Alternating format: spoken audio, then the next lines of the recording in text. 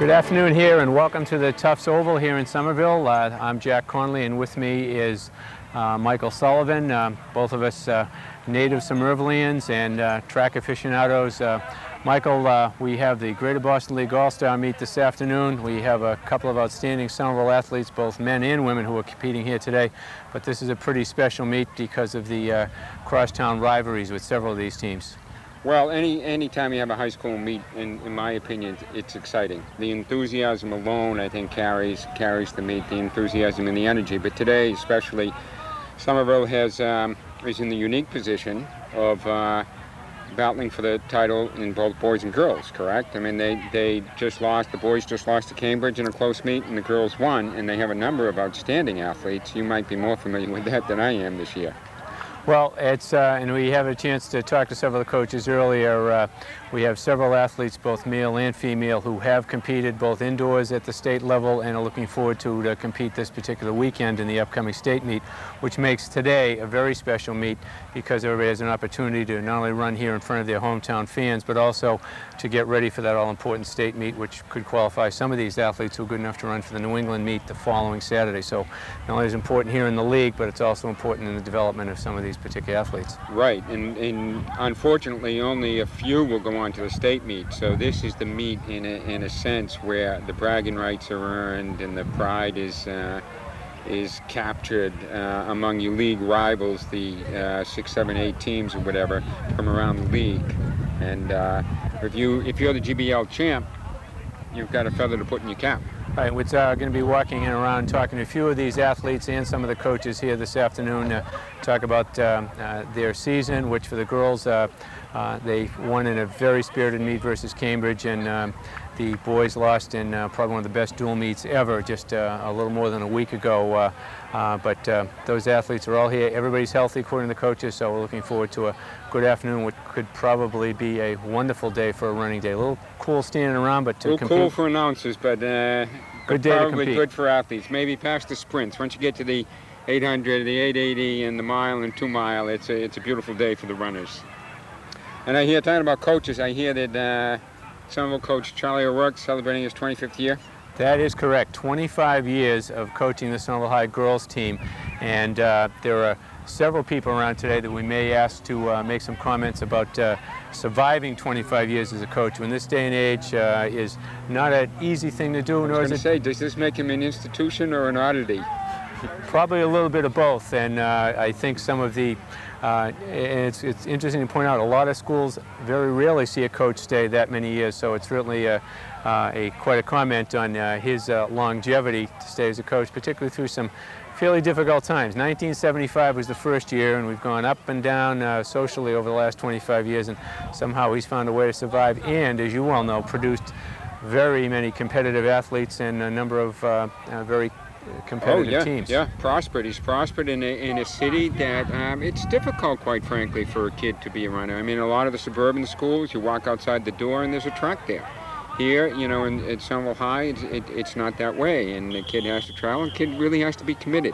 And Somerville has produced a number of outstanding track and field athletes over the years, and much of it is due to Charlie O'Rourke, sure. Well, I think he'd be the first one to say that it's his dogged persistence to go after kids to try and compete who sometimes need that little extra push here. Michael, we're just getting 2 miles underway. 2 miles underway, and that's Somerville's Josh Barshad, who's currently in the lead right now. One of the best 2 milers in the country. Josh is off to a lead position, as he often does. He's not afraid to go out and take the post, and off he goes. He doubled recently, I believe, in a dual meet, 2 mile and the mile, running a 10:04 and a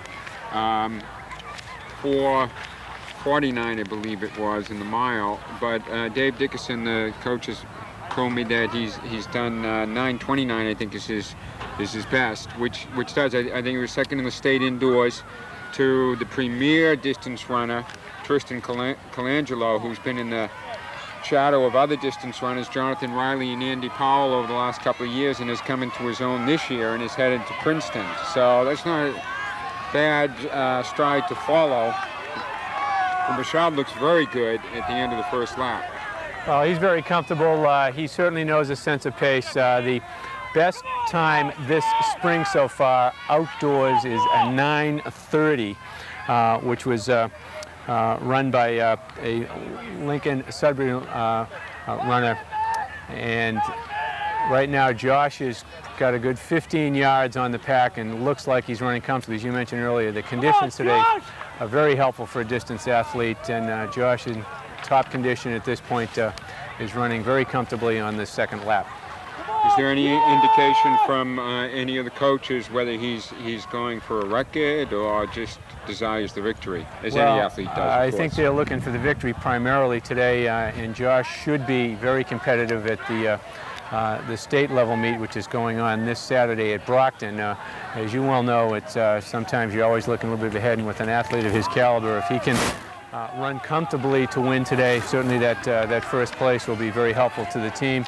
But obviously he wants to make himself available and as ready as he can be for Saturday.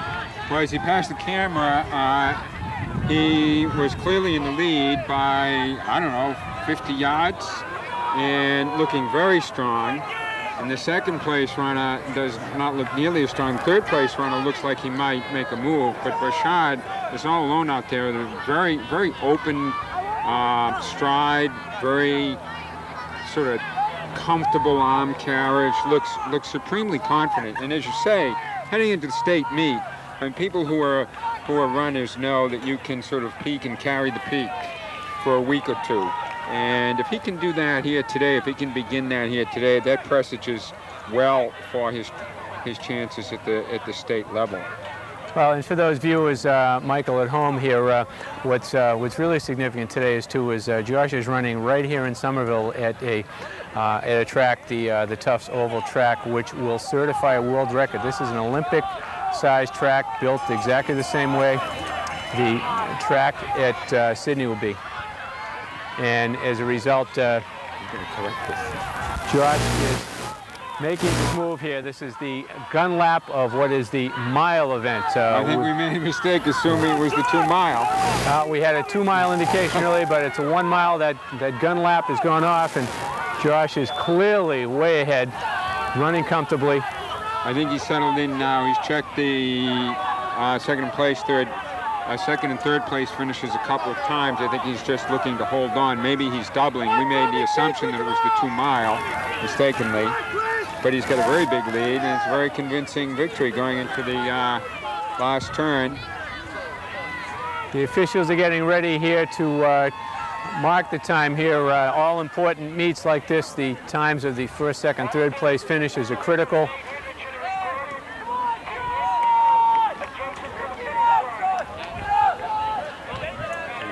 Get the names of the other? And you'll have to get it from one of the officials afterwards.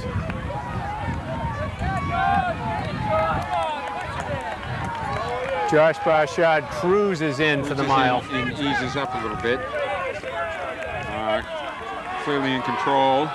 Second place finisher is from Peabody. Actually, the Cambridge runner, T. Michael, was coming right behind. So it was Somerville, Cambridge, then Peabody. And fourth place finisher, perhaps it was from Chelsea, I believe. I think was the fourth place finisher in the event. See if we can get winning time on Josh. No, didn't get it at the start.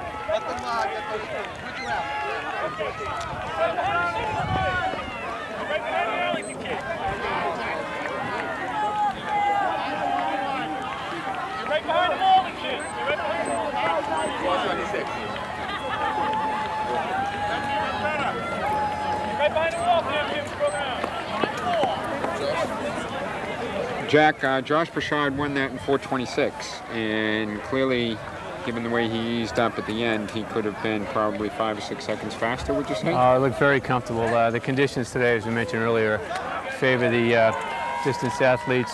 50-ish, cool weather. He looked very comfortable. In fact, he's smiling over there. He was very at ease coming across the finish line. He's in certainly a good position to run this weekend at the state meet. Athlete of his caliber is certainly, he flexed himself, but he certainly didn't strain himself, not in the least. We're with the winner of the mile event. Somerville Josh Barshard ran very comfortably this afternoon. Josh, you look like you were just running with not the effort that you needed. You did what you had to win today. I was just toying with them. You ran a 4:26, I believe. Did you check your time? Nah, I could have been 4:26. Oh, I asked one of the coaches. That's not official. But you went out strong. You looked strong throughout, and then at the end you eased up a bit. Are you going to attempt to double today in the 2 mile? Nah, I'm coming back and doing the 4x8 relay. So, yeah. And will you run the ankle leg in that? It all depends. Not sure. Strategic move by the coach. Were you pleased with your race? Yeah, sure. Why not? What about this weekend now? The state event's coming up this Saturday. You're going to be mile or 2 mile in that event? 2 mile. I'm trying to repeat as Class A champ. I won it indoors. So. Now, after today, what's the rest of the week like for you? Obviously getting ready for a big event like that. How's the rest of the week go? One hard workout, probably lift one day and just rest up the rest of it, you know? Nothing too hard. Pays in the barn. Do you have a goal for the state meet in terms of time? I know you hope to win. Do you have a time? No. Just win. Yeah, pretty much. Run as hard as I can. Simple. Well, congratulations. Yeah, probably so. Congratulations. Thanks very much. Thank you very much. Good luck, Josh. Thank you. We're with Somerville High boys coach Dave Dickerson. Dave, the Greater Boston League All-Star Meet, big event here. Last year was at Peabody. We're here at Tufts this afternoon. What can we expect from the boys team this afternoon? Well, this is a great track. It's probably better than a lot of the tracks that the kids will run on, even at the state meet. It's one of the best tracks around. So basically, we're looking for fast times, good marks for the state meet, bragging rights, because the dual meet season is over right now. So the kids are hoping to get back at the one team that they lost to, Cambridge, today, and see if they can finish ahead of them. Dave, that meet was a real heartbreaker. I understand that 3 events could have gone either way in the running events, and as a result, it was characterized as one of the best dual meets in the last 25 years by some track officials. Have the kids got over that? We know it's a real tough rivalry with Cambridge. Oh, yeah, it was. It was something they were looking forward to the whole season, and so losing that was a big deal. But like you said, Lou Ruggiero, one of the officials, told me it was the best GBL dual meet that he'd ever been to. And like you said 3. I think there were even 4 events that went down where our guy took the lead and lost by maybe 1/10 of a second at the end. So when the meet was over, Cambridge boys came running over, shook everybody's hands. You know, they didn't run around cheering with their finger up saying we're number 1, because they realized they were in a big battle. And so it was a nice ending.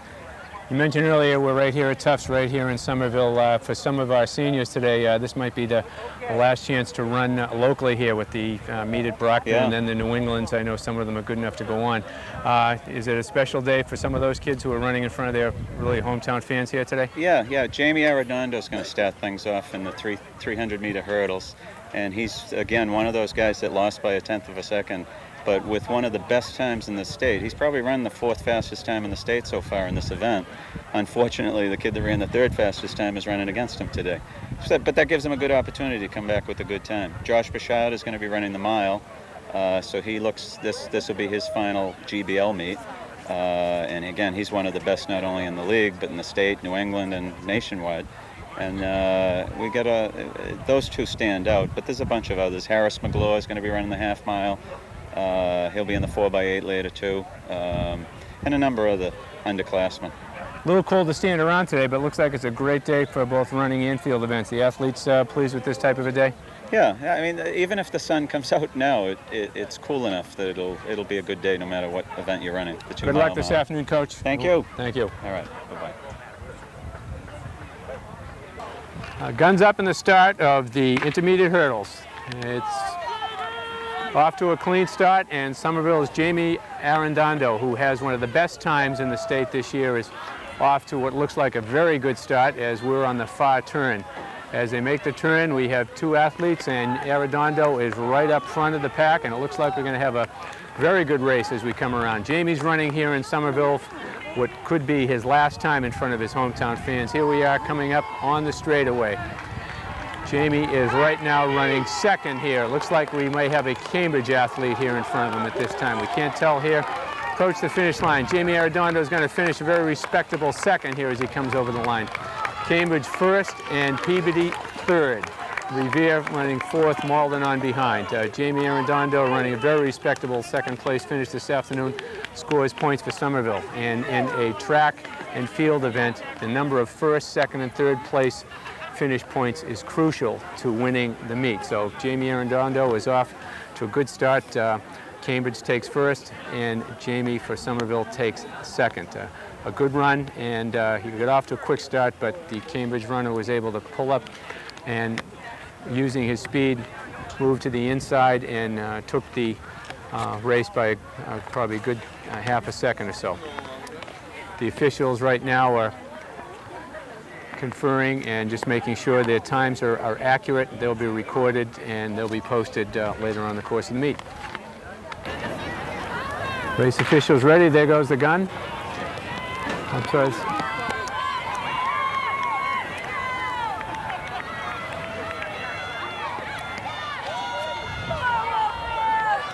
As they make the turn, the women's hurdle event approaching the final turn, and we're making the finish right here in front of the stands.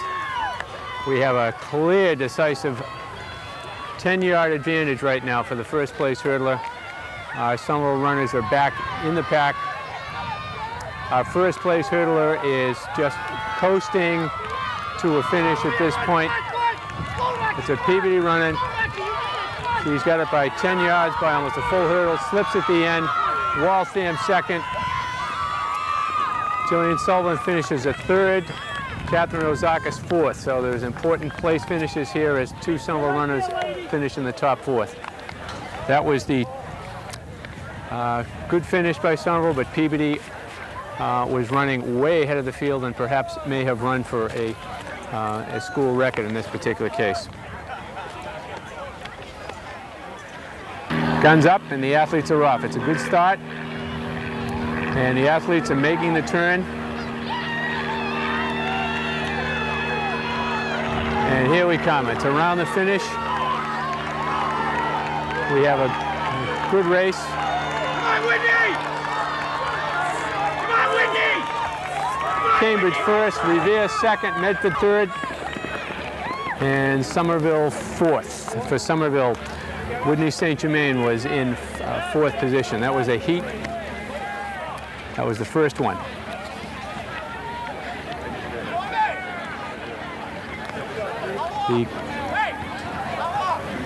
The runners are having their times checked and their numbers recorded. It was a proper finish. Nobody jumped outside the lanes. The officials are just getting the times, making sure that they back each other up and getting the proper order finish. The all-important points in today's events are crucial to all the squads here. The combined points in various events will determine who wins the meet. Individual athletes can score first, second, or third place points. Guns up and the athletes are off.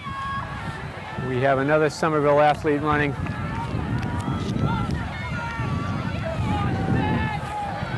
The runners are making the final turn. And it looks like another Cambridge runner in front. We have Cambridge, Arlington, Peabody. 1, 2, 3. Cambridge, Arlington, Peabody. Ben Laverly from Somerville finished last in that particular heat.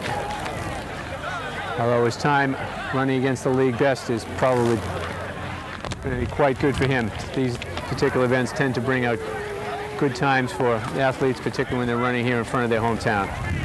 All right, guns up. All right, guns up for the first of 300-meter heats this afternoon here at Tufts. The officials are trying to get everybody off the track so they can see a close finish if necessary. Guns up, and race is off. Cambridge, Roger Reddick showing his world-class form as he hits the line. An easy win for Cambridge. We have another 7-person heat, and then there'll be likely 4 or 5 in the final heat this afternoon here at Tufts.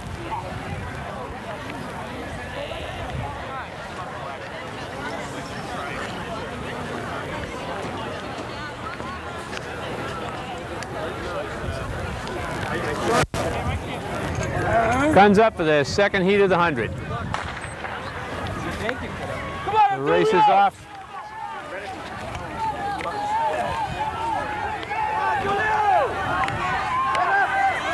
Second heat, Revere athlete finishes first.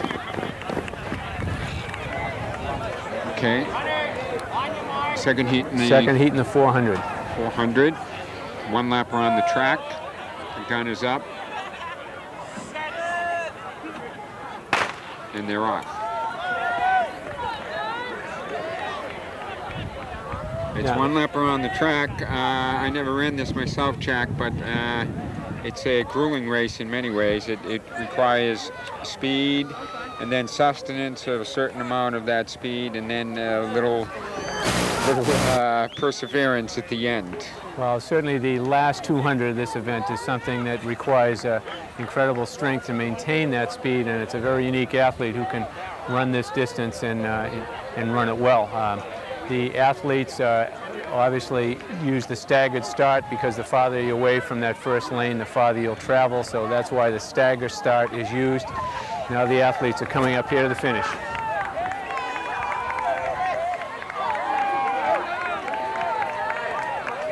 Okay, it looks like one of the athletes from Waltham with a good lead over second place from Somerville, then Revere and Waltham again in that order. And they look a little stunned. Well, I'm always amazed at the 400 of the quarter mile. It's a race to me that just is I can't conceive of running it or having had run it. Well, as you can still see the athletes gasping for air here. They've given everything they've had to try and run a time here. They're looking to get the best time they possibly can, and obviously to see if they can secure a position in the final event. We're getting ready for the start of the 800-meter boys event. Paul Batterton from Somerville is one of our contestants this afternoon in one of our heats here for Somerville. There's the official's whistle. The official will put the gun up in the air and get ready to start the event. All right, here we go. Gun is up. Runners, on your mark. And they're off.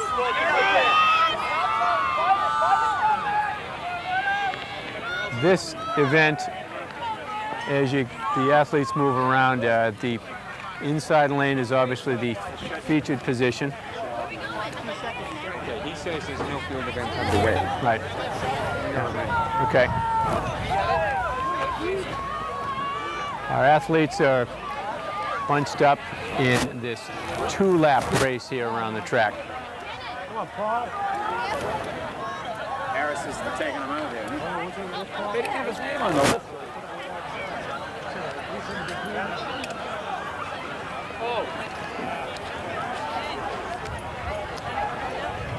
The first 400 is approaching. We're on the straightaway.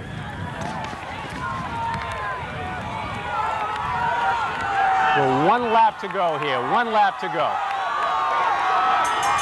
There's the lap.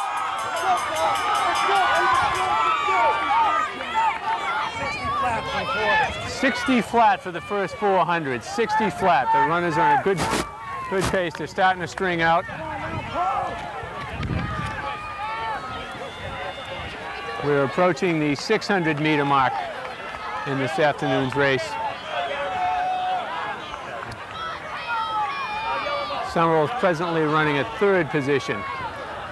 Cambridge 2nd, and Somerville is pulling up, trying to run close.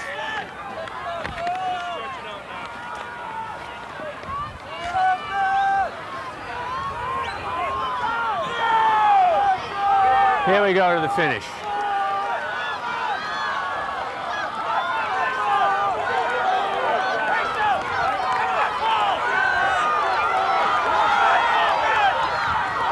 Arlington first.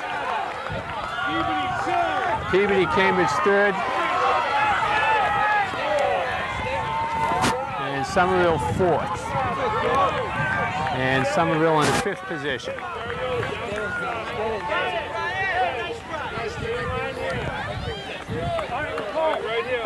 The athletes are lining up in the order they finished. The referees will note the exact finish and match up the times. Welcome back. We're with the Medford outdoor coach, Jack Dempsey. Jack been at Medford the last couple of seasons, and Jack was a very notable athlete himself at Malden Catholic. Set quite a few records over there with some teammates, and has gone on to coach here at Medford. And we've got the league meet this afternoon, Jack. We have quite a competitive atmosphere this afternoon. These are always special. They certainly are. The only thing I don't like about them is the weather.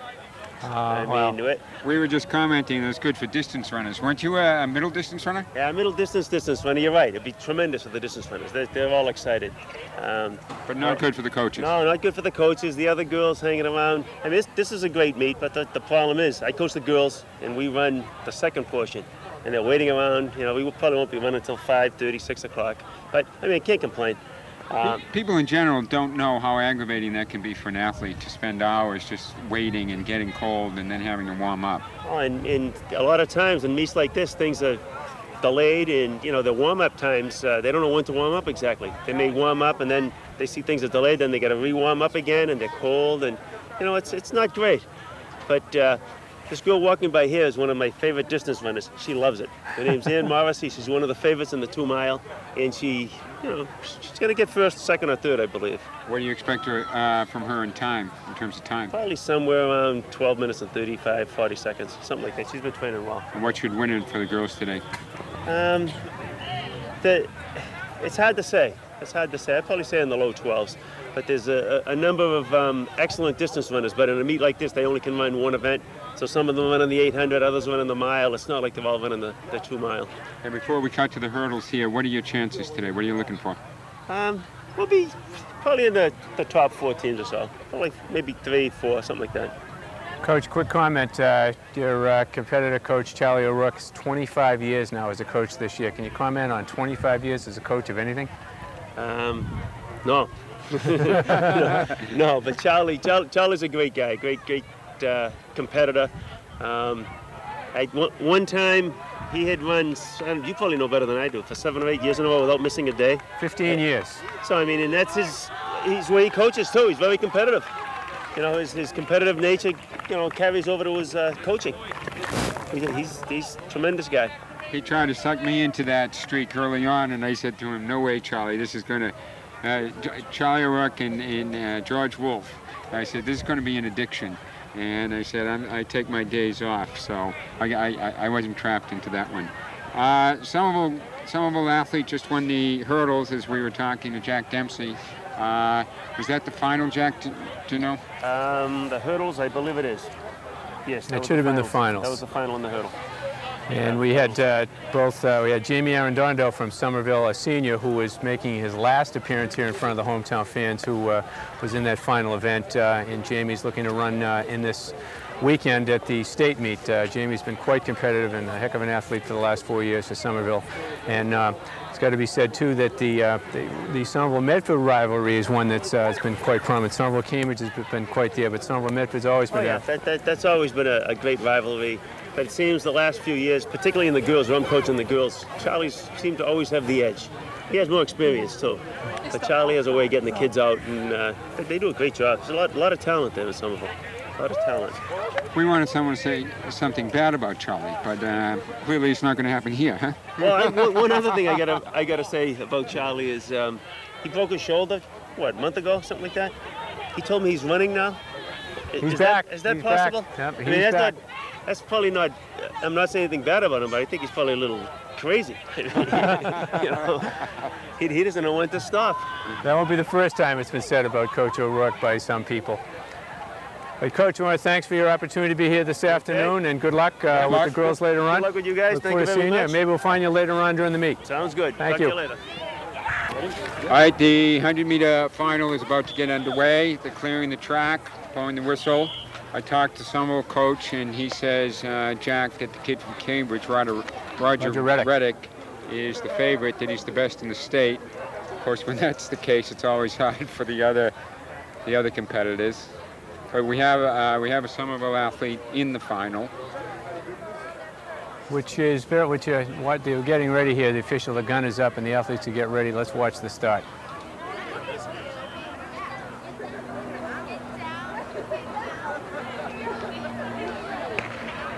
It's a clean start.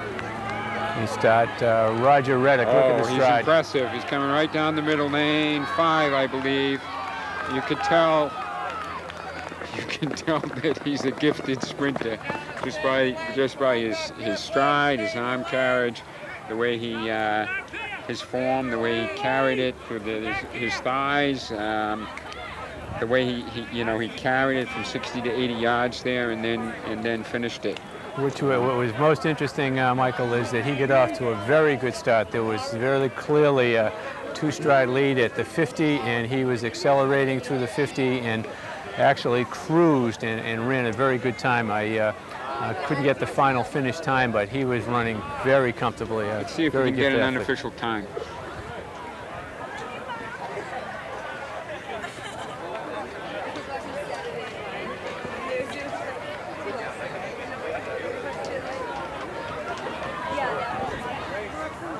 They don't seem to have a time yet, Jack.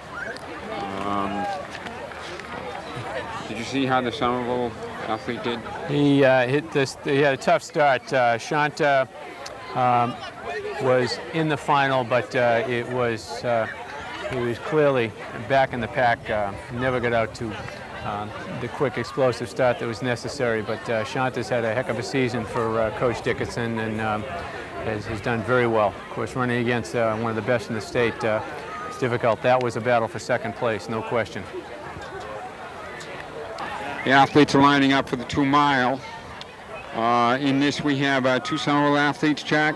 Right, Michael, this afternoon, Fernando Silva and Justin Lombardi. Fernando has run 10:13, and Justin Lombardi is 10:50 of the time to qualify. The gun's up, and we're getting ready for the start, Michael. They're underway.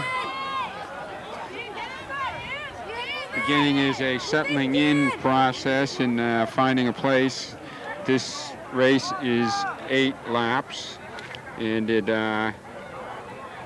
can prove strategic depending on Josh Barshard is not in this, so no one's really taking it out, as they say.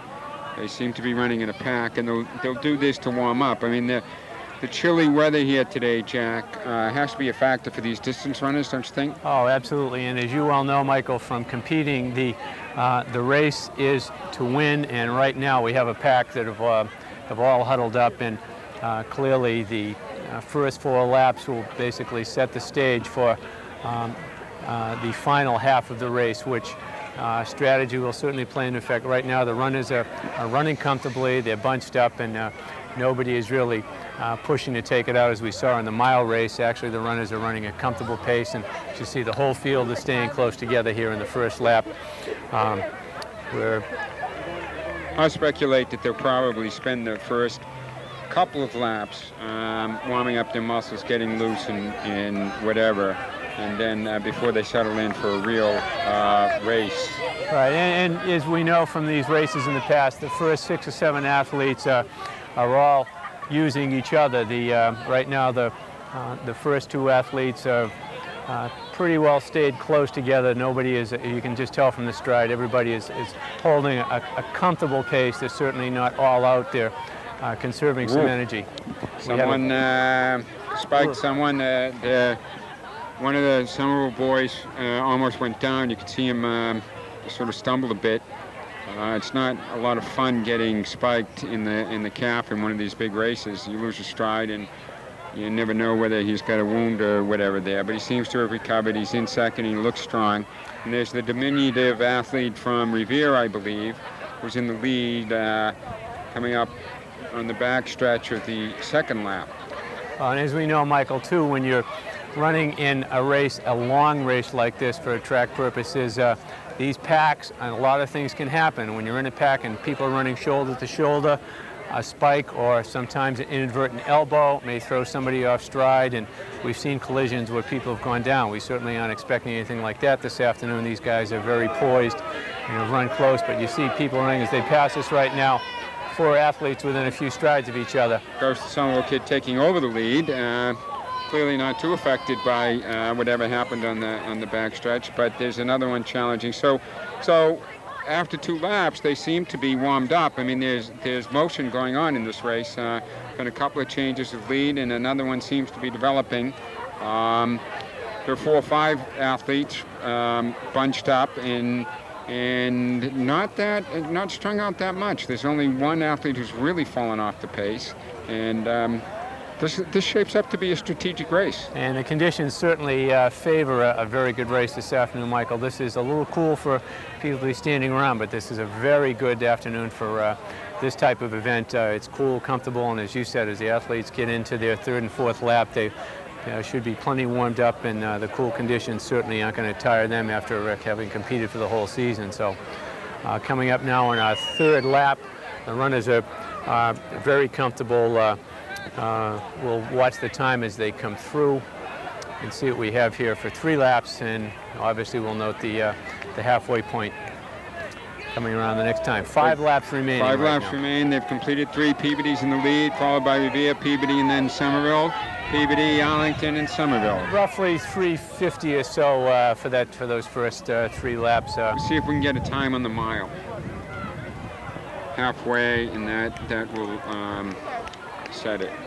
Jack, what about the wind? I'm looking at the flag, and it while it's not straight out, it's there, and it's probably 52 to 54 degrees. The wind is probably 15 to 20 miles an hour. What effect is that having? Well, it's certainly going to be noticeable as you make the turn and head down the straightaway to that particular lead athlete. It's going to be somewhat noticeable, but I don't think it's a huge factor this afternoon.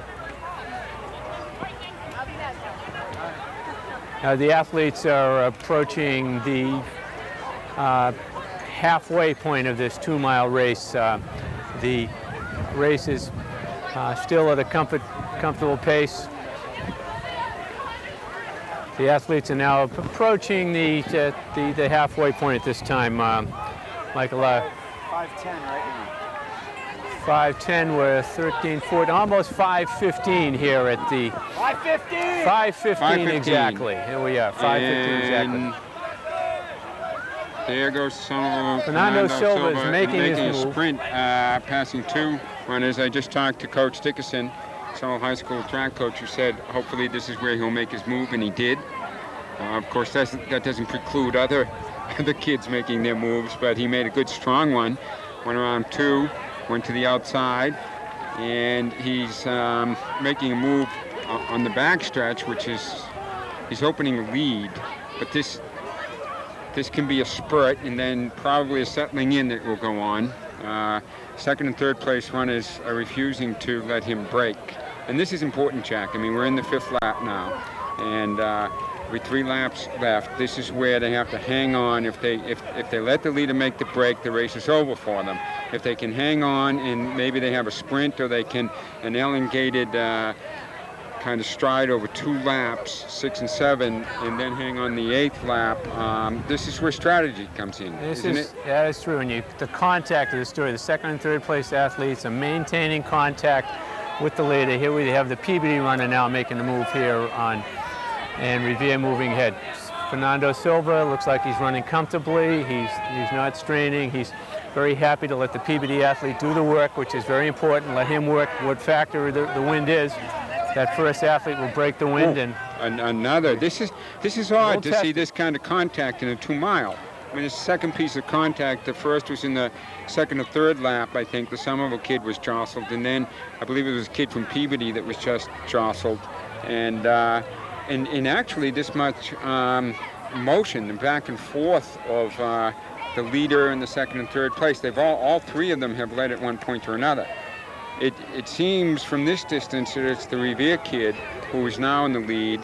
and Peabody's in second, and Silva from Somerville is in third.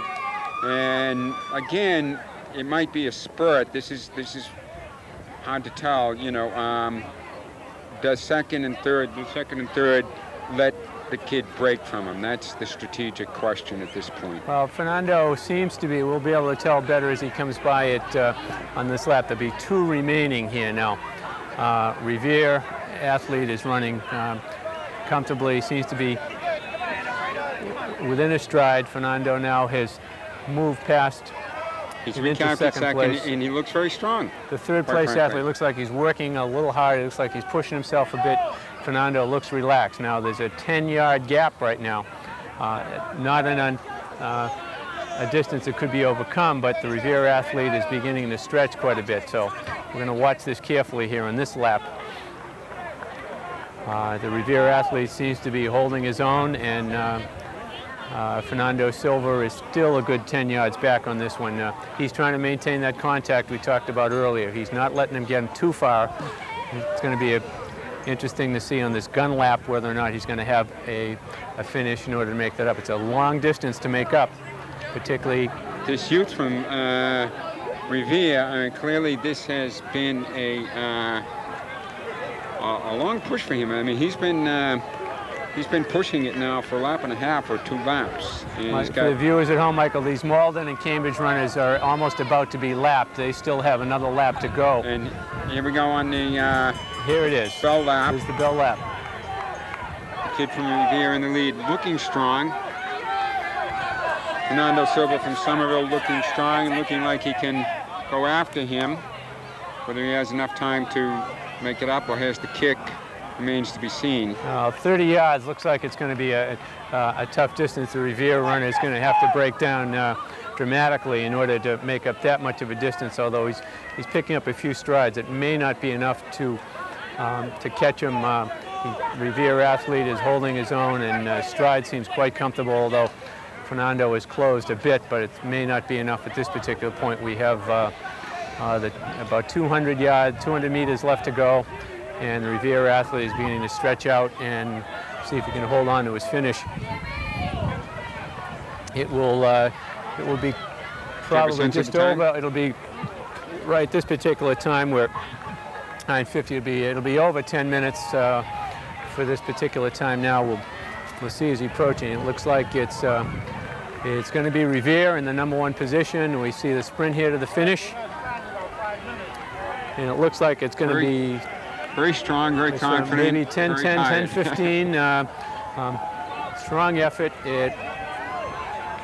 Fernando Silva in second place. That Malden athlete has another lap. Another lap to go. And the Peabody in third. Was third. Well, it looks like the weather took its toll on them. A little chilly, a little windy. They seem a little spent. What do you think? Well, and I think as we talked about earlier, the pack was running close together. A lot of that feistiness we saw in looking for position, that takes a lot out trying to hold that. And it's not apparent on the TV camera, but when you're running a race and you're constantly moving to hold a position or to maintain contact, that takes a toll on these younger athletes, 17, 18. Fernando.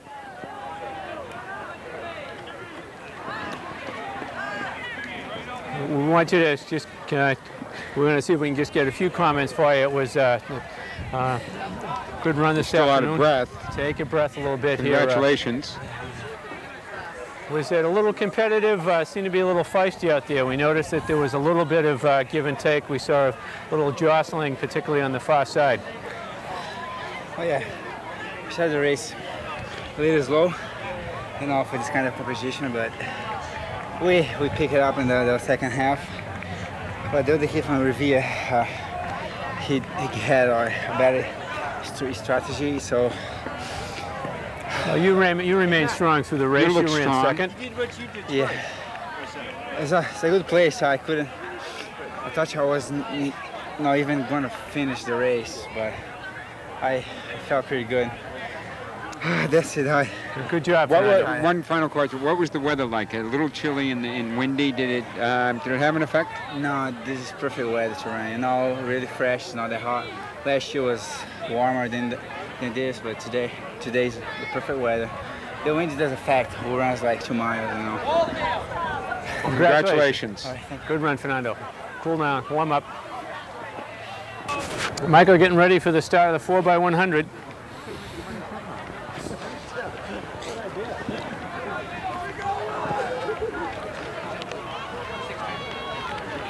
Four by 100 final here.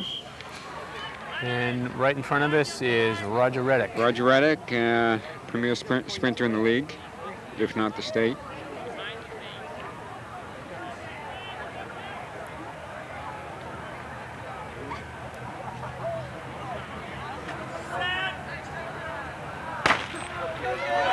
They're off. Reddick has an impressive start.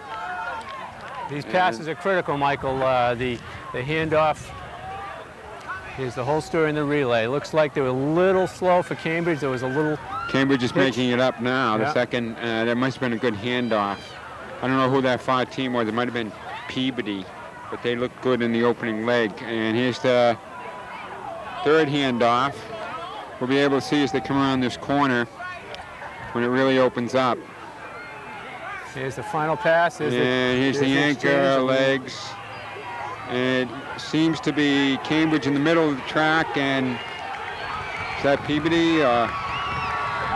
Peabody, yes, Cambridge. Cambridge wins, maintaining their dominance in the boys' sprints, the 100, the 200, and the relay.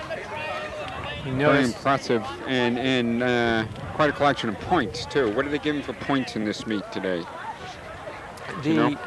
I'm not certain how the scoring's going here. I just wanted to point out that one of the athletes hobbled across the line here, and we talked about the weather earlier. This is a case where a hamstring probably tightened up on the Medford runner, who literally limped across the line. You can see him walking away now. Yeah, in fact, it might be tougher on the sprinters today than on the distance runners. Fernando Silva said really the weather wasn't a factor, but for the sprinters, this, it's not cold, but it's chilly. Well, as you know, a 100-meter event, as one of the coaches pointed out earlier, you're trying to stay warm, you're trying to stay comfortable, and all of a sudden you take off, you're going all out. If the muscles aren't properly warm, then a situation like that can occur that could pull or straining, and we hope that Medford athlete has nothing more than a strain, that a couple of days of ice and rest will help. And of course, strategically, many of these athletes will be heading to the state meet, so they don't want to sort of hurt themselves 4 or 5 days before the meet. They have to be careful. They want to have a good performance, but they don't want to sort of overstrain and rip something and ruin their chances at the state level. And Michael, we're getting ready for the 4x800. 4x800 is what's going on. Oh, I thought maybe you were on TV. Oh. I didn't want to say, can I have $1? Yeah. Thank you. Here you go.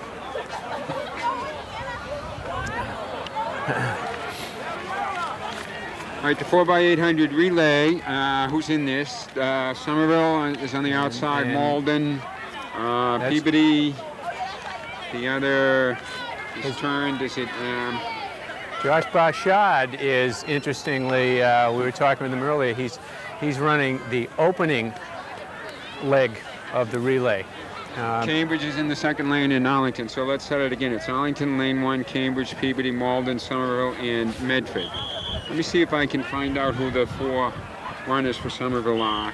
Josh Barshad, who won the mile, is coming back and leading off. Do you find this odd, Jack, that he's not running the ankle leg? It's a little surprising to me. And there they go. Josh is out first and maintaining the lead as he is often want to do. He knows exactly where he is on the course. He's running with a little more purpose than he did in the mile. His 4x800 relay. His 2 laps around the track. Josh Barshad in the lead for Somerville at this particular point. Josh is running here in front of the large number of people who are here from the Somerville High School in from some of the neighborhoods nearby. Josh Barshard with 1 lap to go in of his 2-lap leg of the 4x800. 4 times runners will complete the track running 2 laps apiece. Josh Barshard took it out right from the start of the race and is running 3 yards ahead.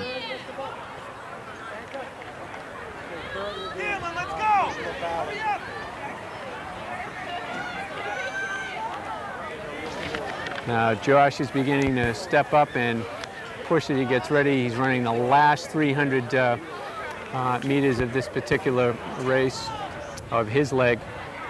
Just made the turn with 200 meters to go. Be ready for the exchange, and the runners will take the lane according to the lead. So Somerville will take the lead position, and the Somerville relay teammate will pick up the baton, and as T. Michael Sullivan works his way back, we're going to see the first exchange here. Michael, Somerville's in the lead. Paul Batterton is the second runner. Josh Barshard, formidable lead, but maybe not as much as they need. Paul Batterton taking the baton. The third place runner will be Chris LaValle, and then, and forgive my pronunciation, Aristotle Magliore. I talked to Charlie LaFonce. He indicates that a couple of other runners are ill. I don't know whether this is the standard relay team they have. Well, you don't have a standard for the 4x800, do you? Not really. As we saw from our first place runner today, Josh is not one who normally would run here, but we talked about earlier, trying to score for the team is what's important, and maybe to save Josh a little bit for this upcoming weekend when he would hope to run well in the 2 miles. So it's probably a little strategy involved there, trying to save him a bit, yet give him a chance to work hard in this 2-lap event. Well, we're maintaining a pretty good lead here. So it's Paul Batterton, the second place runner for Somerville, maintaining the lead that Josh Barshard gave him, actually extending it, it seems, and he looks strong starting his final lap of his leg. And Arlington is in second place and Cambridge is in third. Well, Paul ran very well both indoors and outdoors. Michael, he has run the 1,000. He's very strong, and you can see from his stride now, he's just lengthened this lead considerably. And as we know in track circles, a lot of times your third place runner may not be the fastest of the 4, but you're trying to give that third place runner a sufficient enough cushion that if he's a second or 2 back, you're not going to lose much. So here we are getting ready now for the exchange. Less than 200 meters.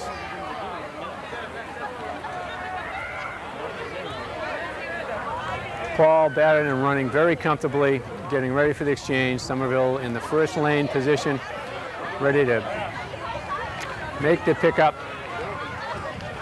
And it's a sizable lead. We're looking at 80 yards right now. It's all Somerville's race right now. We have a substantial lead over Arlington. This is a question of time now for Somerville. We're looking to make sure that the athlete just maintains the cushion and holds on to the form. Medford is a good half a lap back at this particular point and conceivably out of it.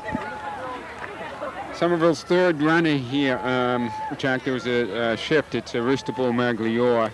We thought it was going to be Chris LaValle, and the inside word is that he was feeling ill, and he said to one of his coaches, "I'm feeling sick, so let me go now," rather than wait. Well, it's an interesting mindset. Well, it's certainly it's reacting quickly on the fly, and coaches want to take the opportunity to try and do what they can to take the event. Now, as we've seen, it was an 80-yard lead. He looks tired but strong. That's right.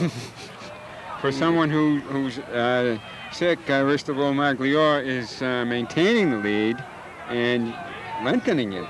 No? He's got a stride. You can see he's working a little harder, but he's got a heck of a stride, and he's easily has 60, if not 70 yards at this particular point. So it's a Somerville's race to win at this particular point, and we'll be curious to see how the fourth and final handoff will work.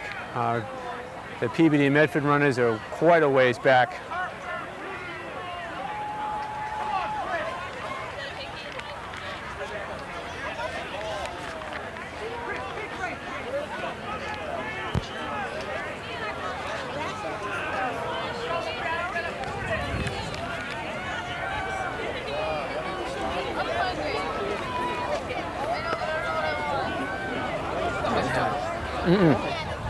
No.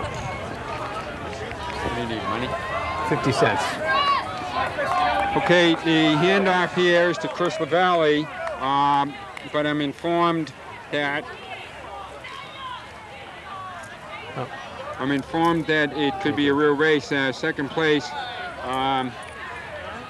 Sean, I believe it's Brady from Arlington, won the 800, the individual, and he's a formidable opponent.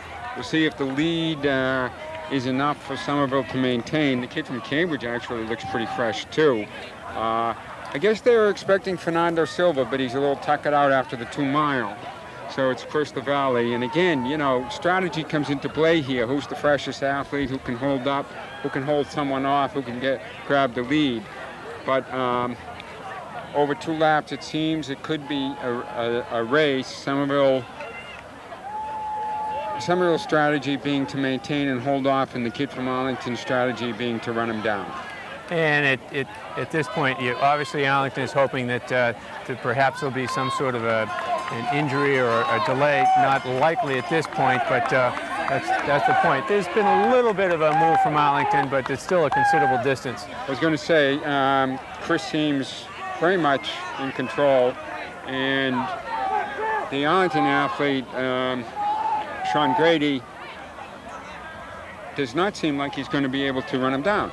Now, here we go. We're Which approaching. is nice. We're coming up on 200 meters remaining now as we make the turn on the far side of the field, and it looks like it should be comfortable at this point. Here we are, as we can see, the track officials are signaling the remaining laps for some of the finishing runners from other teams, but should be seeing shortly coming into the picture the final, what's about 100 meters now for the finish of this 4x800. He's coming around the final turn onto the straightaway. Chris LaValle, the anchor leg in the 4x800, will win the league championship for Somerville. The Arlington kid is making a move and I think has closed it, but clearly there's just not enough room in this race. Actually, give him a lot of credit. He cut that from 60 yards to about maybe 8 to 10 at the end, and that was a heck of a comeback. He ought to be congratulated for making up that much distance in really a very short amount of time. Looks a little angry with himself for not doing it, but Chris ran a very gutsy race, maintained his form, his strength, and his control, held Arlington off, and just played the yardage right. I mean, he's spent now and on the track, and that's how you win a race. Well, and you can see his teammates congratulate him because it takes quite an effort and to maintain that.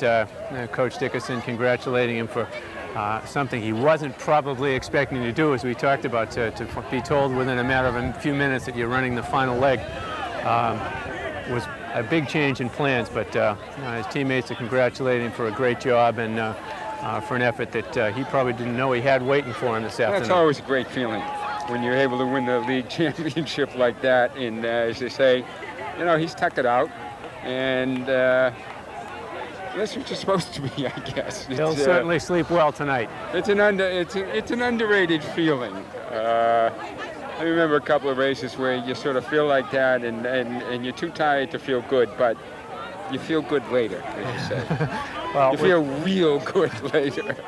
And you can see the number of teammates congratulating him and coaches. It's a particularly significant being right here in Somerville, too, here at the Oval at Tufts. This is happening right here with a lot of people here in the stands from nearby, and a lot of classmates are here as well, and well-deserved run for Chris. And Okay, the relay's underway. 4x400, Jack. 4x400, and we have a pretty formidable Somerville field. The Shanta Tom, Louis Marrera, Jamie Arredondo, and Mr. Jim Thermidis will be running in this event. Let's see, there's the first 200 meters, and Somerville currently running third now. They're back a ways. Cambridge athletes have run this event very well through the course of the spring. First turn, Jamie Arredondo is in second position for Somerville. So it looks like Peabody is in the lead over Cambridge. There's Jamie Arredondo, a senior. There he goes. Handoff for Cambridge. Somerville, a good handoff. And Jamie really took the baton and set out to chase him down, and he's doing it. Passes the Cambridge kid, and clearly his head down, and he's going past in the first place. Past the Peabody kid. Let's see if he can sustain it. This turn will be all important now. He caught them. Now can he keep him off? Can he hold him off? Jamie's been a very special athlete, quite a leader for this Somerville High team. He's been a co-captain and really has given himself. He's pushing hard. We have a lead change again. All right, Jamie's dropped back to third at the turn. Watch Louis Marrera. Now Peabody, Cambridge, Somerville. Shanta, let's go, baby. Shanta, pick them up. Shanta. So heading into the third leg. Shanta Toom from Somerville is running third. And the Cambridge runner has a good stride and really powering into that first 200 meters of his leg.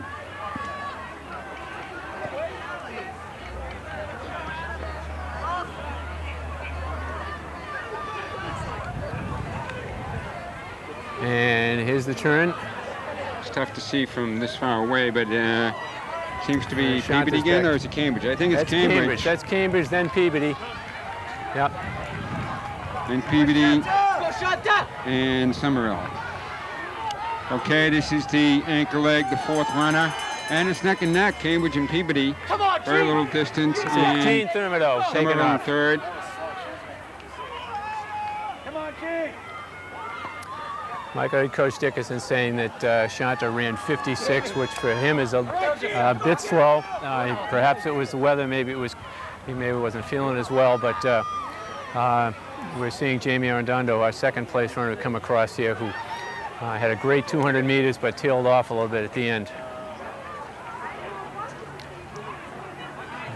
We're approaching the last 100 meters So of this looking race. from the crowd, it seems to be the same Cambridge, Peabody, Somerville, yes? Yep. And they're coming around the final turn, and it seems to be it. There's a race. It's a race. On. We have a race. And Cambridge is maintaining, and Peabody's making a strong effort, but... Come on, Gene, right through. And Somerville in third. So it was pretty much the same throughout all four legs. Good race, though. Good race, and you can see the Cambridge athletes have maintained themselves. They've run very well in these relay events throughout the course of the season. There seems to be a flip-flop with Cambridge. I remember Cambridge having the dominant distance runners, the milers and the 2-milers, and now they seem to have the sprinters. Well, the last two seasons particularly, Mr. Reddick has done quite well for Cambridge, but as we can see from the relay, that was a good effort by the Cambridge squad. A league championship is a league championship, and although Somerville did well coming out, it was just clear that that 56-second lap by Shanta just wasn't enough to make up much of the distance, and Cambridge yet again, and I believe they won most of the relays this spring season. Okay, is that it for the boys now? Or? That is it for the boys. Here we'll be looking to the field events for the boys, and then the girls events will be coming up shortly. Maybe we should check out some of that. Yeah. Coach Dave Durnan has the last 10 years been coaching the girls cross-country squad. He's been working with Coach Charlie O'Rourke for more than a few years up at Somerville High School. Coach, Charlie has now survived 25 years as a coach, and as a coach yourself, how is it possible someone can maintain that kind of work ethic? Certainly one to be admired. I ask myself that all the time, considering the issues that come up with the kids. You know, and the kids are terrific, but by the end of the season, especially the way Charlie likes to do it, he drags it on longer and longer every year, it seems, going to the big meets and things like that after the season. And the kids, after a while, you know, it gets tougher and tougher during the season. They have less patience with you. And as I say, you know, Charlie likes to continue it even beyond the regular season and pulls it right into the after season. Sometimes, I don't know, the kids feel it's stretching it, but Charlie loves it that way. Coach, you're in the building with Coach O'Rourke. You work with him, obviously guidance counselor. You see a lot of the kids in the course of the day. He's been known to be dogged in his pursuits in recruiting athletes. Any particulars that you can recall? I've heard he even goes into classrooms to talk to students and try and encourage them to come out. Well, I have a reputation as being the track guidance counselor, according to Charlie. You know, whenever anything goes on, you know, or when any of the kids are by, the first question, he comes walking in my office, somebody's sitting there, do you do track? You know, a new student comes in, and what event do you run? You know, first thing that he always does. We're down in the lunchroom or something like that, and you're talking to a kid, and what do you run? Oh, I'm not interested in track. Oh, this is the track counselor. You know, you can't talk to anybody else. So. How about this afternoon now here? Both the boys and the girls have had exceptionally good outdoor seasons. Came down to one meet where we possibly could have had 2 league championships as it was. The boys lost in a very close meet to Cambridge, but have done very well this afternoon. And you are very familiar with most of these athletes, working very closely through the course of some of their careers. A few of them are making their really last hometown appearance here this afternoon. Any thoughts or reflections on that?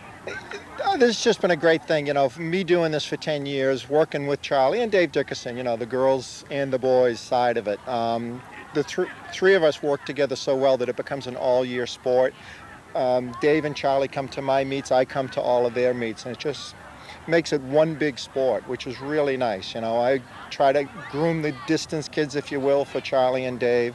So I have a interest, not just because I'm interested in the kids, but kind of a vested interest, recruiting for next year. And, you know, Charlie and Dave do the same thing during cross-country, trying to keep the kids in.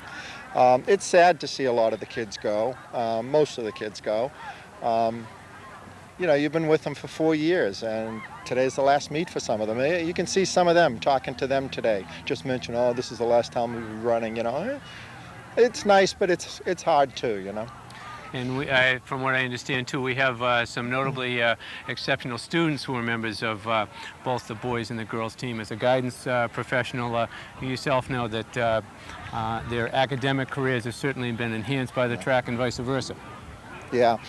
One of the things about track, and this isn't just in Somerville, we notice it here a lot, that we get the valedictorian, you know, very often in track. It's just a different type of event. You know, it's such an individual thing. It's a team sport, but it's an individual sport, individual performances. And whether that's more cerebral, I don't know, but we do tend to get the better, more academically talented students. Not to say other sports don't, but overall, we do very well. You know, our kids do very well, and that's a nice thing. We get to see many of them go on to terrific schools. I see Paul McDonald standing over there from Harvard. You know, I mean, that's typical of what happens when kids go through track. I don't know how much credit we can take for that, but you know, we like to think that we help them a little bit. Well, it's certainly evident this afternoon that the kids have all had some nice things to say to us about the preparation that they've taken to get through this year. It's been a great season, both indoors and outdoors for the team, and we're very pleased that the kids themselves have told us that that's the way they feel. So, any particularly interesting Charlie O'Rourke story? 25 years coaching is certainly remarkable, but any one story that stands out, particularly with regards to a meet or an event that you can recall? Oh, I don't know. There are just so many things happening all the time. I mean, him struggling with his broken arm this year has been one of the amazing things, to be able to do what he does. And of course, he still has to do everything. You know, you say, Charlie, take it easy on that. No, I'm okay, I'm okay. Doesn't want to wear a sling anymore that he should be wearing and things like that. It's tough to pick out, you know, just so many things happen all the time. I don't know. Well, thank you, Coach Stern. Appreciate your time very much. Thank you. See you soon. Another trial is coming up. Is it only? We have There's just one girl one standing athlete up. competing. No, the others are crouched. Here they are. They're crouched. Here we come. And they're over the second, third, fourth hurdles. And is that a Somerville girl? And the to our left. To our left. Now it's Everett taking it in Cambridge second, and Peabody girl. Jackie Rossetti for Somerville. Jackie Rossetti in fifth, I believe. And the Peabody girl hit that last hurdle, lost her form completely, and kind of stumbled across the finish line, as can so often happen in the hurdles. All right, they're clearing them off to the track. Do we know what's next? Is it the 100? Maybe we review some of the other girls' field events. In the discus, Somerville took fourth and fifth. And the shot put, first place, Josette Pierre-Louis, one of the stars on the team, took the shot put first place. And javelin, fifth place, someone you know, Jack, Kerry Connolly. Kerry Connolly, congratulations. A sophomore. Your daughter. Indeed, and his. I've been able to double for Coach O'Rourke this year, and also running in either the mile, the 2 mile, and she's been throwing the javelin for half the season. And so she's got the arm and the legs. That's for sure. Not a bad combo. And get 2 more years for Coach O'Rourke as well. And in the long jump, second place was taken by Somerville's Dolly Garcia, and Gina DiCollegiero finished fourth. And in the 330-yard low hurdles, which is a grueling event when you come right down to it, Janelle Sullivan finished third. So that's it on the field events with a track event. Coming up now, it looks like a mile, no? Yeah. Do you have a list? It's either probably the mile. We'll check the listing.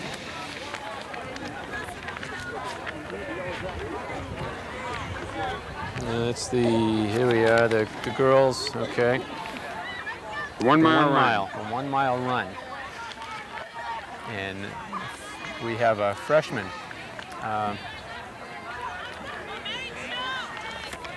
Running for Somerville. We have 1, 2, 3, 4, 5, 6, 7, 8. We have 2 Somerville athletes. We'll check, see who they are.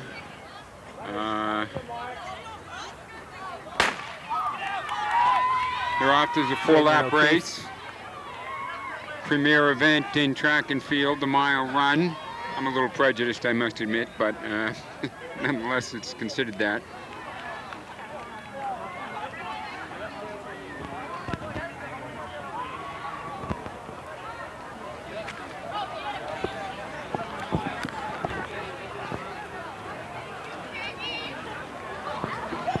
Like getting all the people in the grass doing crazy things. Caitlin Kennedy and Jen.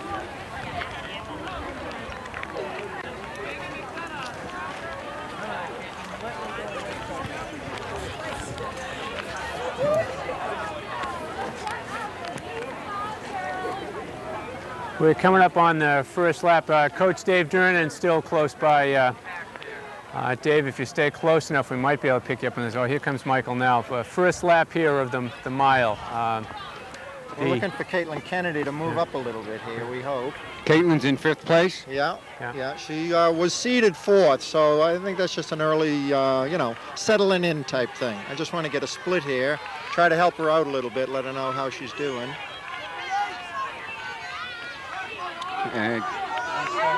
Caitlin Kennedy in 5th place, 121. Jen Hurst is the second Somerville athlete, finishing her first lap here. What do you expect? Hurst. This is Jennifer Hurst. She's actually doing well, nice and steady. Come on, Jennifer! cheering her on as she goes by. What do you expect from Caitlin Kennedy today?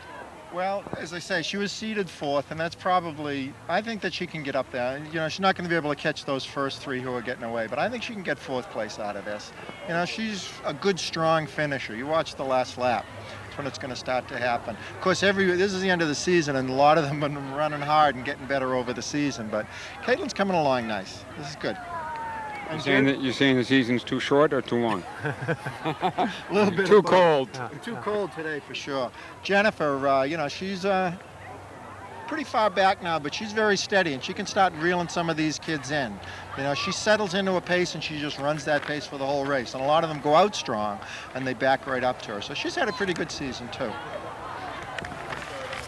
We're coming up on the end of the second lap, halfway through. Maybe we'll get a split on the leaders here as they go through. We have Peabody, Cambridge, and Cambridge bunched up.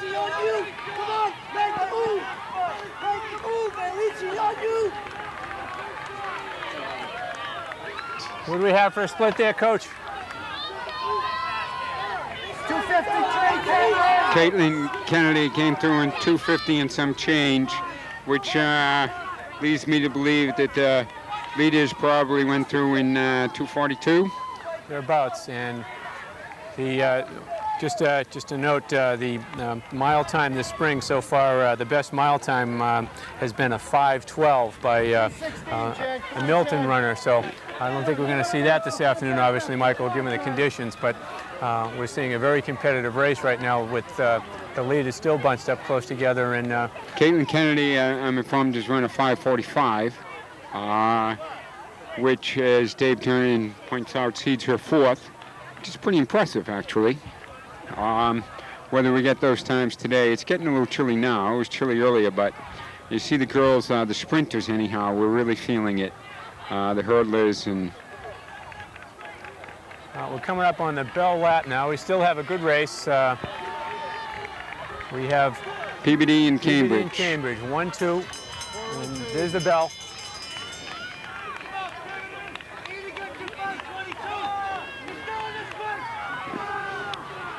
Bell lap 1 to go. It's still a race.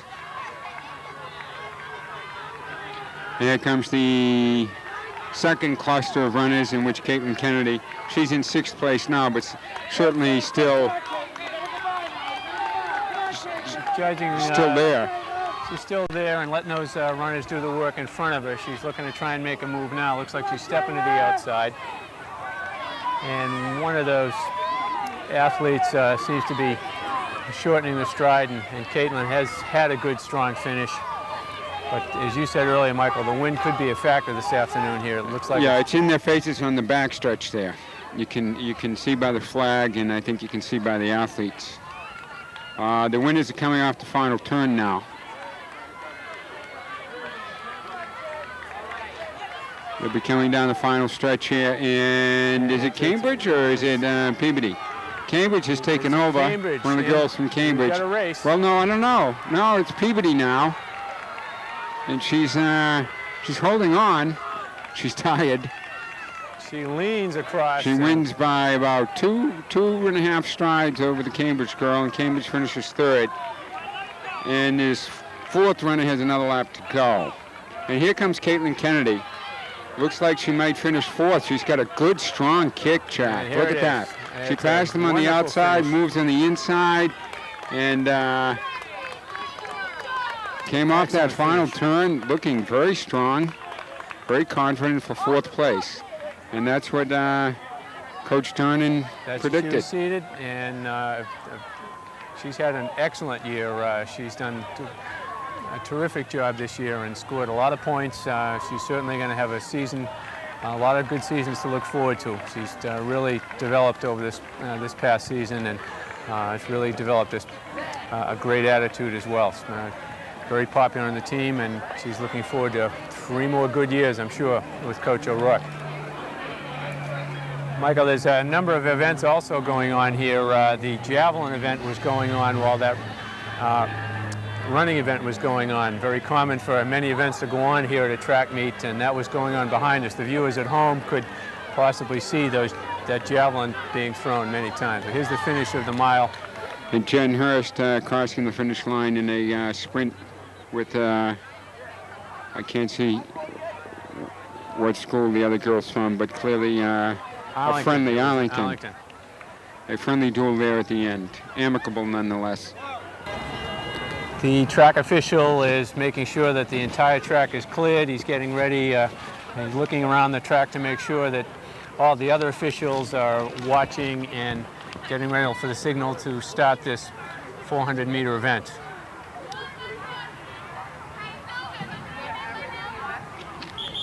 Here's a whistle.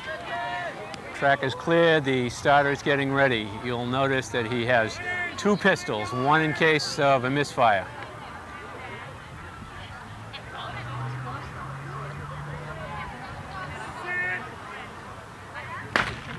And also the race is off. And in the event that one gun did not start, the second gun can be used as a backup. Or to signal a false start, he can fire the second gun to bring the athletes back.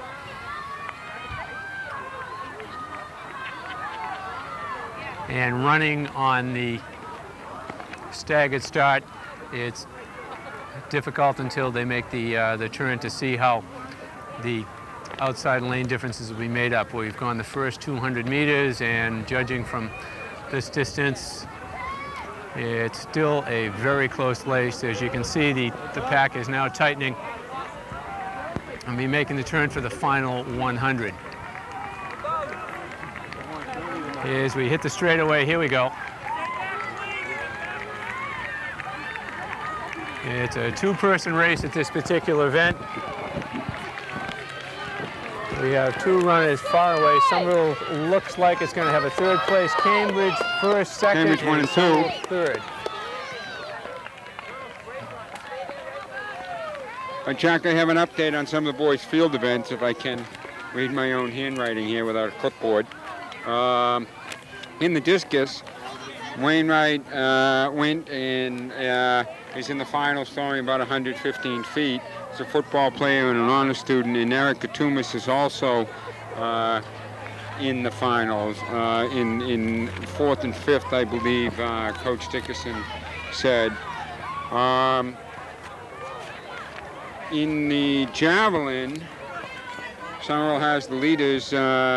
Jamie Arredondo is in 1st place, and Tom Westcott is in 2nd place. We're at the beginning of the way outside 800-meter final. I believe it's the final. I don't think there are any trials in this. There's 2 laps on the track, 1 lap, and then the bell lap. Billy, what's up? How are you? Good to see you. How are you? How you guys doing? Good to see you. How you been? And they're set. They've taken their positions.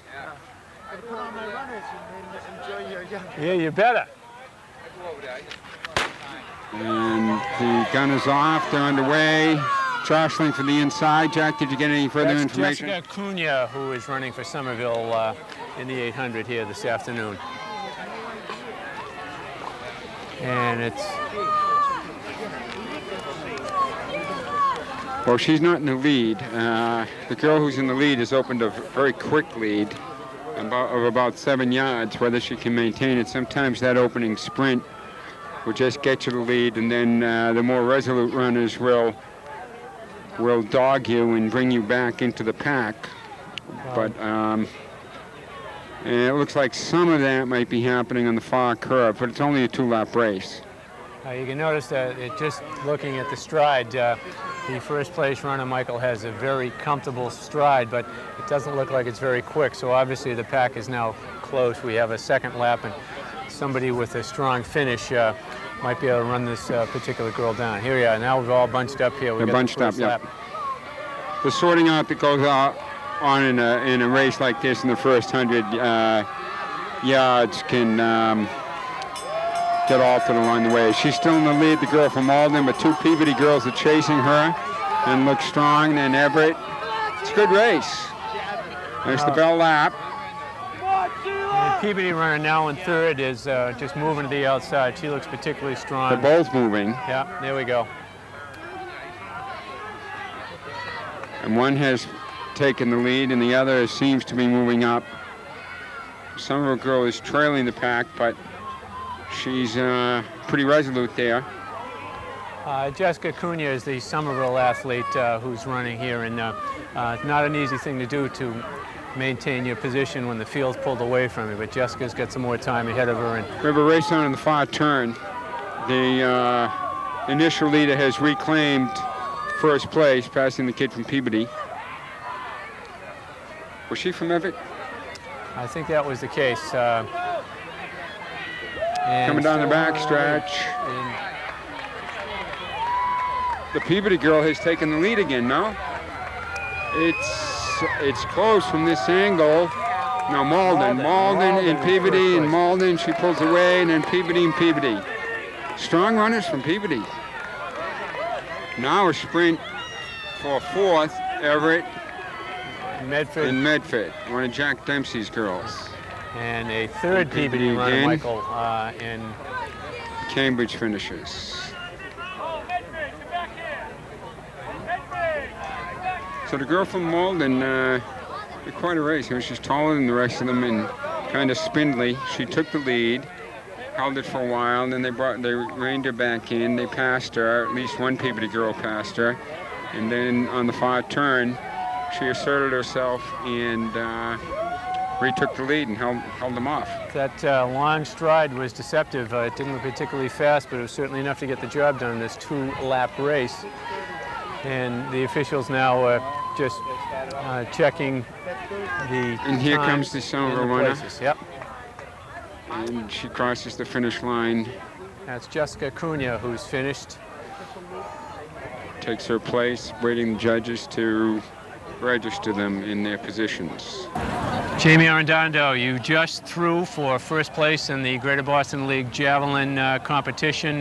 You threw 136 feet, tough day to be throwing, so that obviously counted for the shorter distance. Yeah, it was a little tough. The weather's a little bad, but make do. Just go out there and do your best. That's all we could do. You're a senior, you're competing right here in your hometown here in the Greater Boston League meet. Any reflections looking back over the last 4 years? Well, it's just amazing. I mean, I've been at this meet for 4 years, and now, I mean, I've come so far from being a freshman. I mean, scoring 7 points in the season and finishing up this year with 100, and it's a great feeling. I couldn't have asked for more today. Well, it's weather is a little bit of a factor. Obviously, you kept the distance down, but you still threw for first place, which certainly notable. What we liked, Jamie, as well, is having been here for the last 4 years, Coach O'Rourke, the girls' coach, spent 25 years. Oh, here comes Whitley Jordan over the hurdles, winning easily over Cambridge and Everett. Whitley looks a little strained here, but a tough day for throwers and sprinters because of the cool conditions.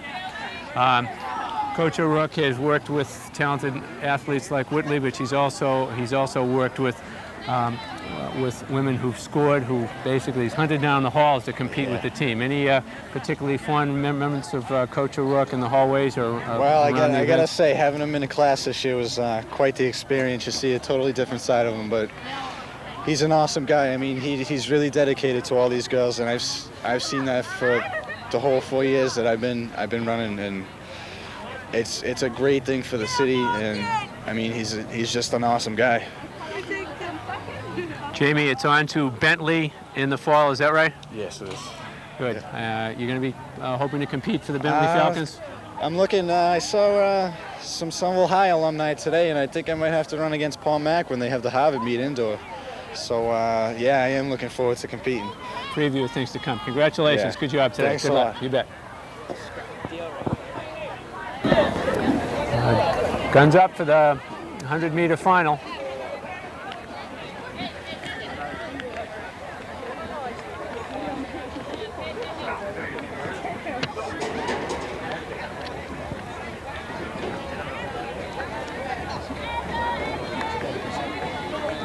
Here's the start.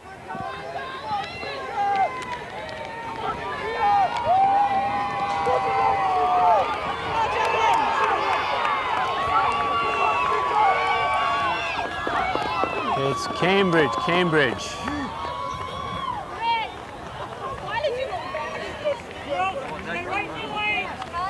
The Cambridge women's sprinters have run 1-2. Michael, we just saw the 100-meter finish for the women Cambridge 1-2. Particularly noticeable are the conditions here. The athletes all seem to be shivering a bit here. They're a little tough to get warm this afternoon. Well, that might change things, but I just checked on some of the team scores, Jack. Okay, where are we? And after 6 events, I guess that doesn't factor in this race and possibly the previous one, the hurdles. Somerville was in first, the Somerville girls with 40 points. Peabody was in second with 36. Arlington was in third with 28. Cambridge and Medford were tied for fourth with 27, followed by Everett with 16. Waltham with 8, Malden with 1, and Revere scoreless. The boys, after 11 events, have Cambridge well in the lead with 105 points. Somerville in second, 68, followed by Peabody with 63, and in fourth, Revere with 42. I don't know if you can read my writing, but I think that says Arlington. That's Arlington. 38 points. So we'll do Whitley right now while she's got a break. And Medford following with 14, Everett with 4, Waltham with 3, and Malden with 3. We're with the 2-event winner this afternoon, the Greater Boston League All-Star Meet and state champion, Whitley Jordan. Whitley, congratulations. Tough weather day today. Oh yeah, thanks. We heard a record was set this afternoon in the triple jump. Yeah, that's correct. Was it 36 feet, It was 7 inches? Right. The record was 36.2, I think, and I jumped 36.7 today. So you beat it by 5 inches. About, yeah. Congratulations. Were you confident? Yeah, I really wanted to break the record and leave my senior year knowing that I set another record for the Sullivan High School. And actually, I didn't break the Sullivan High School. I broke the GBL League meet, not the Sullivan High School, but at least knowing that I left with the record makes me feel good. And being right here in front of your hometown fans as well, being right here on the Tufts track here in Somerville is particularly notable. How about the other event? We just saw you 5 just minutes won the hurdles. Win the Going away. hurdles. Yeah, I didn't break the record, but You hit one of the hurdles, right? Yeah, I did. I hit my knee once again. I mean, I keep continuously keep hitting my knee over and over again, the same spot. So it keeps bruising and re-bruising. It's really painful, but Did it slow you down much? yeah, it took me some seconds off, but that's fine. Was the weather a factor here? It's been getting progressively cooler here this afternoon. Was tough for you to warm up? Yeah, because I don't know. We had to try to keep warm, so we couldn't get all tight and your teammate Josette is about to win the 200. Here she comes. Oh yeah. So the Somerville girls sprinters have done today what the Cambridge boys sprinters have done, right? Right, correct. You win a lot. Yeah, and we're hoping to win the 4x1, hopefully. So if you win that, you'll be a triple winner. You're a double winner right now and a record setter. Congratulations. Yeah, thank you. Can we ask you to comment? 25 years Coach O'Rourke has been working with the Lady Highlanders. Any special thoughts or memories after your 4 years, Whitley? As a coach for 4 years, he's I don't know, I feel like I've gotten close to him, that he's like a family member now. I call him Grampy. Because, I don't know, he treats me like his little granddaughter. He acts like my father. He looks after me, even in school.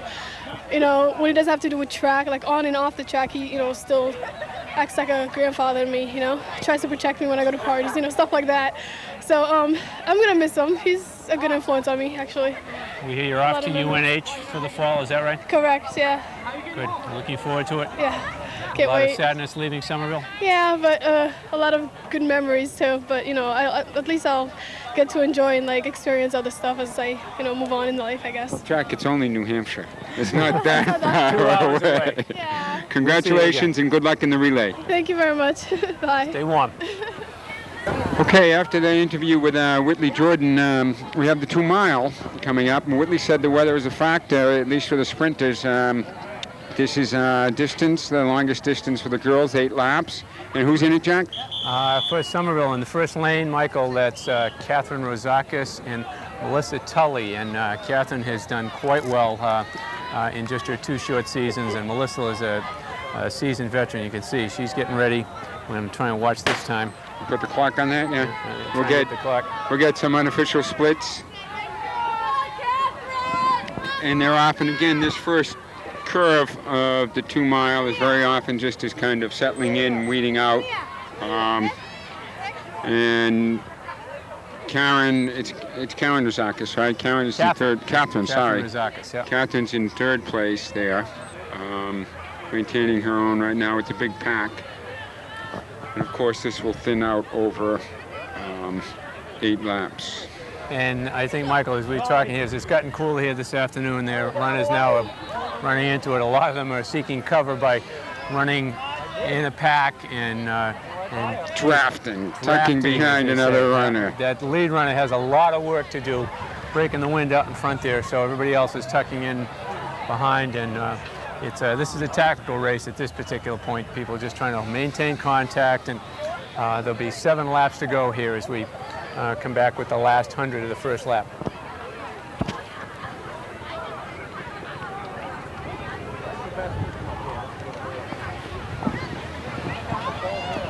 Michael, this is an event too where the stamina of an athlete is certainly going to be tested. Catherine Rizakis here in the first lap is first place with 7 laps to go, actually opening a lead, which you notice the way she runs, she does not use her arms. No, she drops her arms. Her shoulders seem to be down, and her arms are below her waist. That's really seen kind of style. But if it works, that's all that matters. Get you in first place, it works. Coach O'Rourke doesn't mess too much with style. When you get results, she's opened a big lead here. And again, you know, you make the point about the wind, and it's getting progressively chillier. To open that kind of a lead after 1 lap is impressive, and to handle that wind all by oneself just speaks to her confidence, I think, in her strength, no? Oh, no question. And you can see here now we have almost a 40-yard lead that's opened up, and Catherine has maintained this type of a lead usually in her races through the course of the year, particularly this spring, and also she was quite dominant on the indoor boards this past winter, and she's really developed herself quite well. You see she's running still comfortably. She's not working very hard. She's been dominating at this distance throughout the course of the spring and is running very comfortably here today. She obviously too is faced with the dilemma of, if I'm going to run in the state championship event this Saturday, how much do I do here? But most athletes can recover quickly. Even a 2-mile event, 4 or 5 days for a high school athlete should be enough. Well, she's got a considerable lead after half a mile. Did you happen to get a split on that? No. I didn't miss on that, but Coach Sternan should be able to help us out here.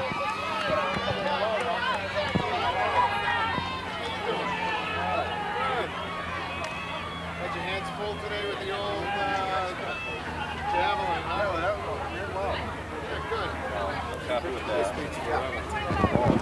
Jack, the half-mile time for Catherine Rizakis was 2:56, unofficially, and Tully was 3:10, I believe. But 2:56, fairly impressive because she has to have about a minimum of 10 seconds on. Oh, I'd say at least that at this particular point, right. And I was just looking to see the 2-mile best for the Lady Highlanders. And let's see, for the 2-mile,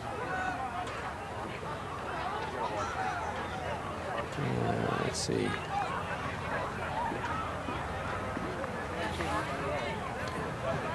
Yep, 11:48, so we've broken 12 minutes here. The best 11:48, girl from Peabody. Right. Was that it?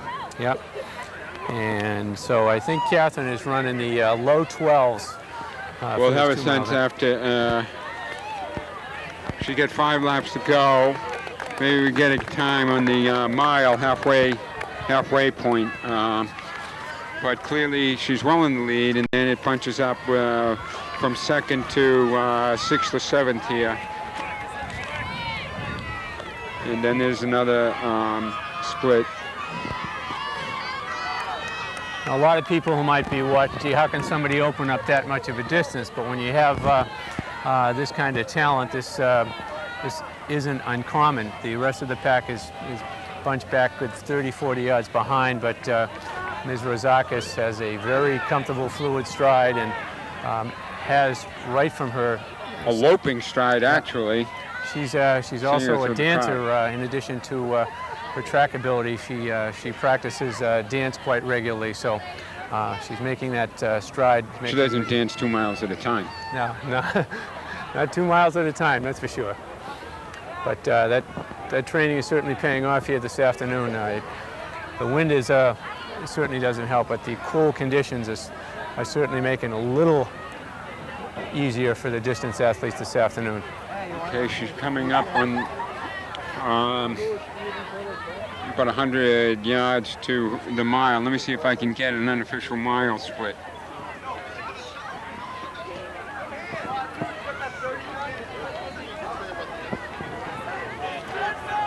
She's just about to get the bell lap, the halfway point as she passes the bell. 6:04, did I hear unofficially, Michael? 6:04 unofficially, yep. 6:04, 6:05, right in there for a 1 mile, which has her over 12 minutes, but again, chilly and windy conditions, and she could, and depending on what she has here on the last 4 laps, she could still break 12 minutes. Problem, I think, is the lack of competition she's experiencing right now. It's tough to go into that wind and to fight the cold off, but it's easier to do when you have 2 or 3 people with you. You're focusing on who's around you and not so much the elements now. As she opens up a 50-yard lead at this point, +2, she might be thinking, gee, if I'm going to run in a distance event over the weekend, I need to win here today, and it would be nice maybe to break 12 minutes, but if I can get the win and run a 20 seconds slower, then that's okay too. Without pulling any muscles. Precisely, and here we are now with a comfortable lead and just a question of maintaining. It scores very valuable points for the Somerville High team and also helps her save some energy for this weekend if she's going to compete in the 2-mile event or the mile event in the state meet that's coming up. So not an easy decision, but it's a nice position for all right, with 3 laps to go, Captain Rozakis from Somerville clearly and comfortably in the lead and looking content. She doesn't seem to be picking it up, nor does she seem to be slowing down. And did check over her shoulder on the Medford and Arlington runners before she completed that 5th lap. But as I say, she seems content just to stay at that pace right now. Of course, that's not odd for the middle laps. With 2 laps to go, we'll get a better sense of what she intends to do with the rest of the race. Coach Dempsey from Medford pointed out earlier one of his athletes who's running second to Catherine this afternoon. She's running very comfortably in 2nd position and looks like is likely to be able to hold that. So now the field is really spread out as often is the case in these long-distance events. Some of the younger runners don't have the stamina or the endurance built up as yet. Ms. Rozakis is certainly an exception. Okay, the other Somerville athlete just... Melissa Tully. Melissa finished her 5th lap and has 3 to go. And she's ahead of the Revere athlete. Okay, Captain Rozakis coming up on finishing her 6th lap. She'll have 2 laps to go. Oh, no, she has lapped that girl from Walden. Yes, girl okay. From Walden, right? She's caught her. Okay, 2 laps to go. In bigger meets, sometimes when an athlete is lapped, they're literally asked to come off the track, but that's not the case today. Well, they're often asked to step to the 2nd or 3rd lane anyhow. That doesn't seem to be happening here today. No. The leaders seem to be forced to pass them on the outside. Etiquette, well, high school athletes, I guess, aren't expected to know that, but because it really happens. It only happens in a big meet. But they usually, if you're being lapped, you step to the 2nd lane and let the the speedier opponent have the inside lane.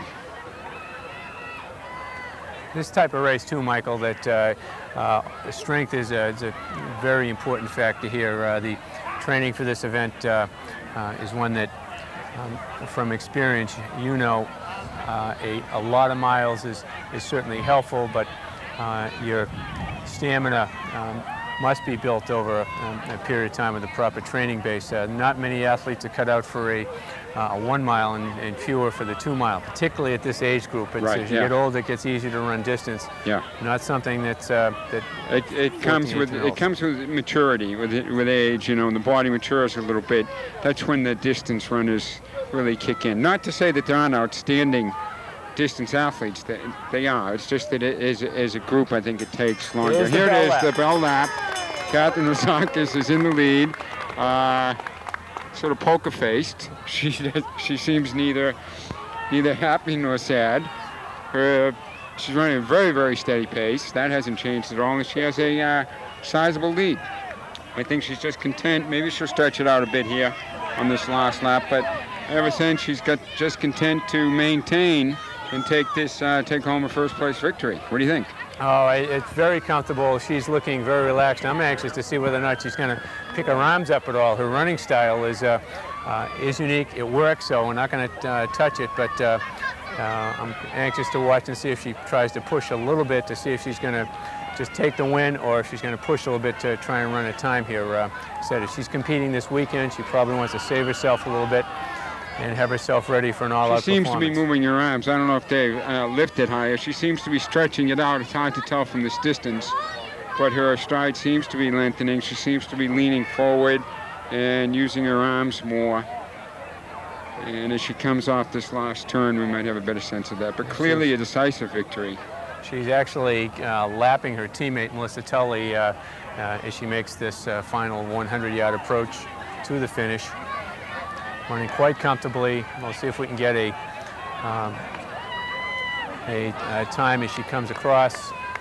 I know Coach Durnan has his watch.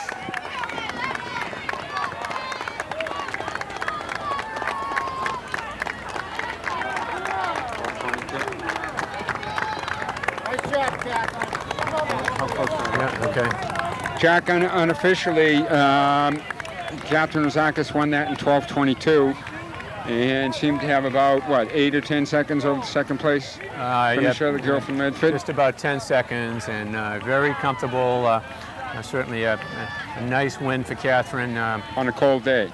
Not easy, and as we watched her teammates congratulate her here. Whatever happened to May? I thought May was supposed to be warm. We thought the wool was to be away, but certainly not today. Well, that certainly helps Somerville, who, as you reported earlier, were in first place.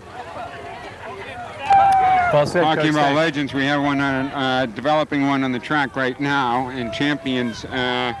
Whitley Jordan is about to lead off the 4x100, Jack? That's right. Here we are, and we're getting ready. Whitley is the lead runner. You see her trying to stay loose, get warm. Very tough to do on a day like today.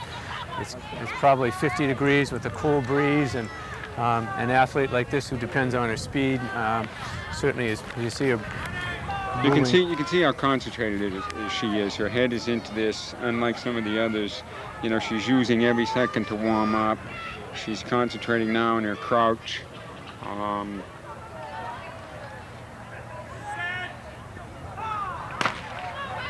And she's off, and she got a good start, I think. Did she? There she goes.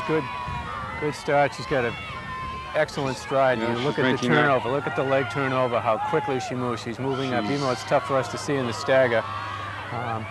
Jillian Sulo was the second. She's moving up, too. Very strong. Different stride, but very strong. This team has been very competitive, all indoor and outdoor. They've been ranked very high through both in the league and around the state. Very see that third handoff, but some of us in third now. Probably Dolly Garcia, who's probably picked that up, and probably Josette. Still in second. And here the fourth place, the anchor leg. That should be Cambridge Josette. in the lead, I believe. Yeah. Here's Josette all the way. Here comes Josette. She's going to do it. She's going to do it. Did she do it? It appears from the reaction of the Somerville crowd. Close. It was close. Very close. Somerville fans seem to Let's get think an she pinched there. unofficial. Let's see. You saw what I saw. It looked Yeah. to me like Somerville. Looked like Gisette just leaned her into the finish line. It seemed like the reaction from the people right opposite there was very pro-Somerville. It looked like that was it. Very close. Looks like they're calling Cambridge. Cambridge over Somerville. That was the official pronunciation. Looks like Cambridge. Nonetheless, a great race. I mean, real gutsy comeback there, and closing that final leg. He made up probably 6 or 7 strides in a very short period of time. Right, the 4x800 meter relay is underway. Each girl runs 2 laps, the metric equivalent of a half mile. Jack, Somerville's in this, yes? Yes, let's bring Coach Dave Durnan in here to comment a little bit about, why don't you come on over here, Coach, if we can. We're going to get you with this microphone here. Can you tell us a little bit about Laura and her running ability? Laura's good. Unfortunately, she's not feeling real well today, so she was complaining earlier. Although she seems to be doing okay. She's holding her own now. Confidence is what we're working on for Laura. So she ran late last year, she ran cross country this year, and just doesn't have the confidence that she needs. She's a good runner. She just won't give herself enough credit for it. And as I say, today she was complaining that she's really not feeling well, but she's still doing okay. What are your chances in this race? We're going to win. Confidence, right? We're working on confidence. Absolutely. Who else? Who are your other runners? I have to spot them over there. Is Kerry running in this? Cambridge. I don't think she's running. I'm not sure what's Cambridge going is in on the here. lead, followed by Arlington, and then Somerville, and I see Caitlin Kennedy in line. Peabody. Yeah. And I see Kerry Conley. Oh, okay. All right. Yeah, Caitlin Kennedy and Kerry Conley are in line. I'm not sure. Just the Irish contingent. Yeah. I'm very impressed today. As Somerville High School reads like the UN. In fact, I had to double check some spellings and pronunciations. We're very proud of that, to tell you the truth. We have good representation. You should be, yeah. Jennifer Hurst is coming up now. She'll be running the second leg. She's an excellent student in school, one of the top students. Well, we were just saying, Jack and I were just saying what a lovely girl Whitley Jordan is. Oh, I mean, besides being a great athlete, she just is warm and courteous and polite and all the things you want to see in a graduate, no? She's a good, hard-working student, too. She really does work hard in school, and she's just a sweetheart. She's the nicest girl you'd ever want to meet. Always a smile on her face. Not too much complaining, you know, when Mr. O'Rourke pushes her a little bit, but yeah, she's really a nice girl. All right, we're coming up on the handoff here. The second lap of the first leg. She's a good runner. And Somerville is in second. Yeah. And fall away. That's my concern. all right, Cambridge and then Somerville. Who's the second runner here now? Is it Jennifer Hurst. Jennifer Hurst, who was in the half mile earlier, right? Yeah. Or was it the mile? No, she was in the mile. Yeah, she's in the not mile. a half mile. Caitlin Kennedy was in the mile and Jennifer Hurst. And Jennifer doesn't go out strong, but she's a very steady runner. She picks a pace and she just sticks at that pace until she finishes. Although she's been developing a kick over this season, which is good. She's a junior. And Coach, how about for next year? How many athletes do we have coming back here for your cross country and now for we have quite a few athletes coming back. Yeah, we have a lot of girls coming back. That's what we're really happy about. All the varsity girls are coming back. Only two seniors are moving on. So we're really excited about the girls' season next year. We're losing most of the boys, unfortunately. I think I'm losing 5 varsity boys, but the girls are all coming back. This is going to be a great season next year. Really excited about it. Well, it looks like from the junior high meet, I saw that there's a couple of 8th graders who will be moving up that might be able to help out. Some of them were very impressive, and some of the first times that they've actually ever competed. I saw them meet at the high school, and there were some very impressive athletes. And again, getting them to come out and be part of the team is another story, but it looks like there's an opportunity for some of those kids to move up. Yeah, I'm excited about that because we do have a couple of holes, and it would be really nice if we could have a few freshmen move up to fill in the holes. You know, we're looking for some other kids to step up too, but it's always nice when you get one or two young kids, like Caitlin Kennedy coming in this year, you know, as a freshman, and Catherine Razakis last year. Didn't know she could run. About halfway through the season, suddenly it dawned on her, I can run faster than this, and she ended up coming up finishing second in a meet.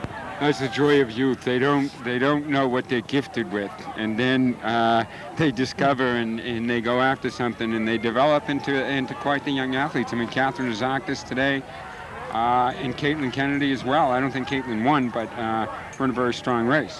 Yeah, she finished fourth in her race, and she's a very strong runner and just getting better all the time.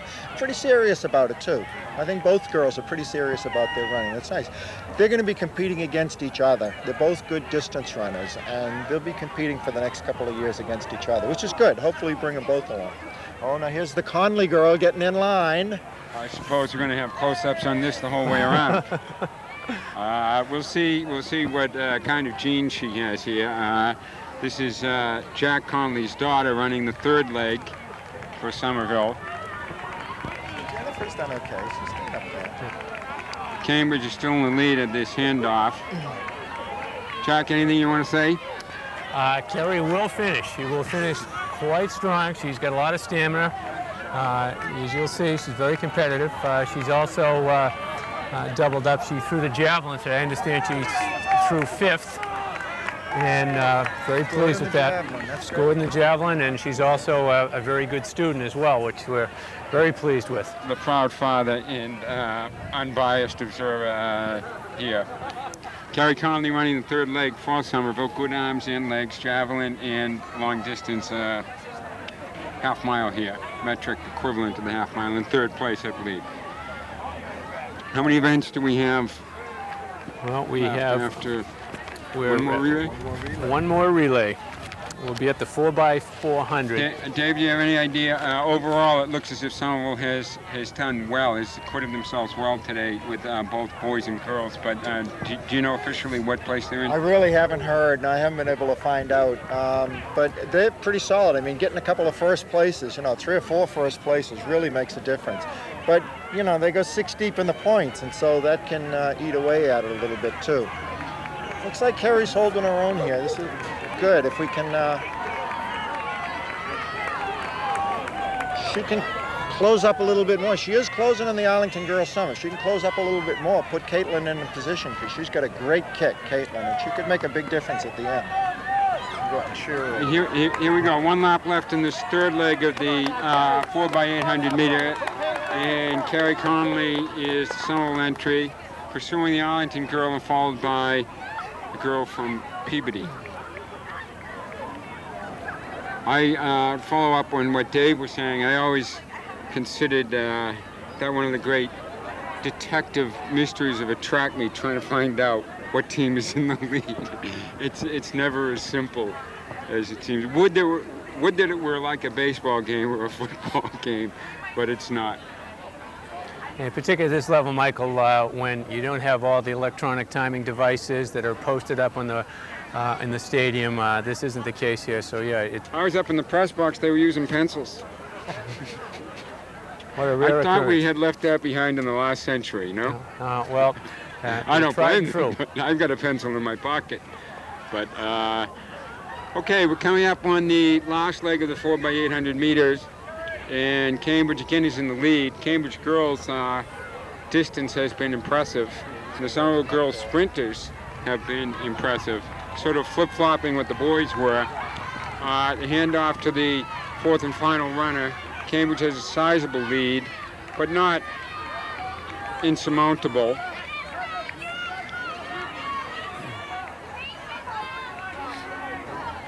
And here comes Arlington. And then Peabody and Carrie Connolly hands off to Caitlin Kennedy. Caitlin Kennedy. Caitlin is doubling here. She ran the mile. She's going to catch the Peabody pretty handily, but can't she catch the Arlington girl? You want a prediction? Yes. Will she catch her and I hold think her so. off? I don't know. She looks strong. She finishes really strong. She's got a good kick, and I think that could show here. Yep, she's closing up on her now.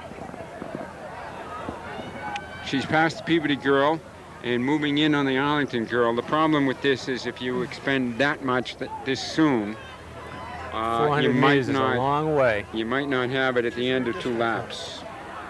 But we're assured here that she's very strong, plucky, resolute. Any adjective I'm missing? And she's going to have 3 more seasons. That's the very nice thing to notice about her As we performance. approach 7 o'clock here, and getting a little dotty. All right, the bell lap in this relay. Cambridge is in the Caitlin. lead. All she has to do is maintain. And Catching the Cambridge girl. but- Caitlin Kennedy has taken 2nd place. And she looks strong and confident. It's unlikely she can actually catch the Cambridge girl, but she's doing her best to attempt it. She seems to have put Arlington behind her and Peabody well behind her. Coach, just maintain. Caitlin's gonna start kicking a little bit more too, but Cambridge she's holding too steady. Yeah, that's where it's gonna be. We'll get this good second though. Is this what you expected? Yeah, this is what I thought was gonna happen, yeah. I really thought we were gonna win, but always gotta think that way. Do you hope or did you project you were going to win? All right, coming off the final turn here, Jack, Cambridge?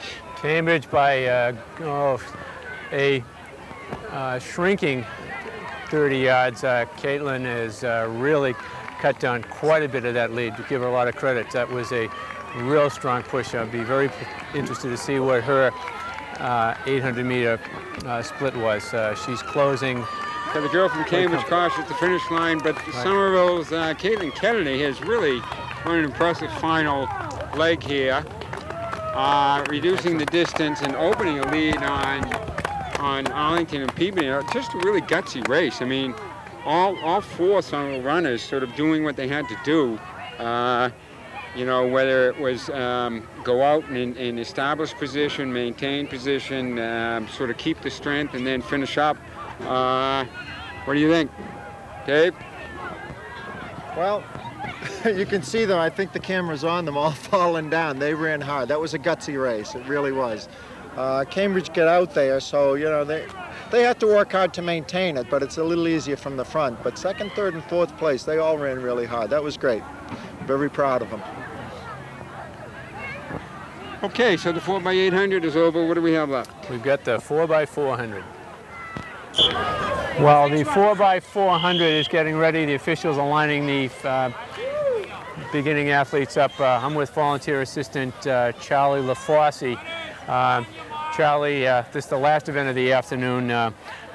Your thoughts on number 1, the way the afternoon's gone, and secondly on Coach Charlie O'Rourke from Somerville.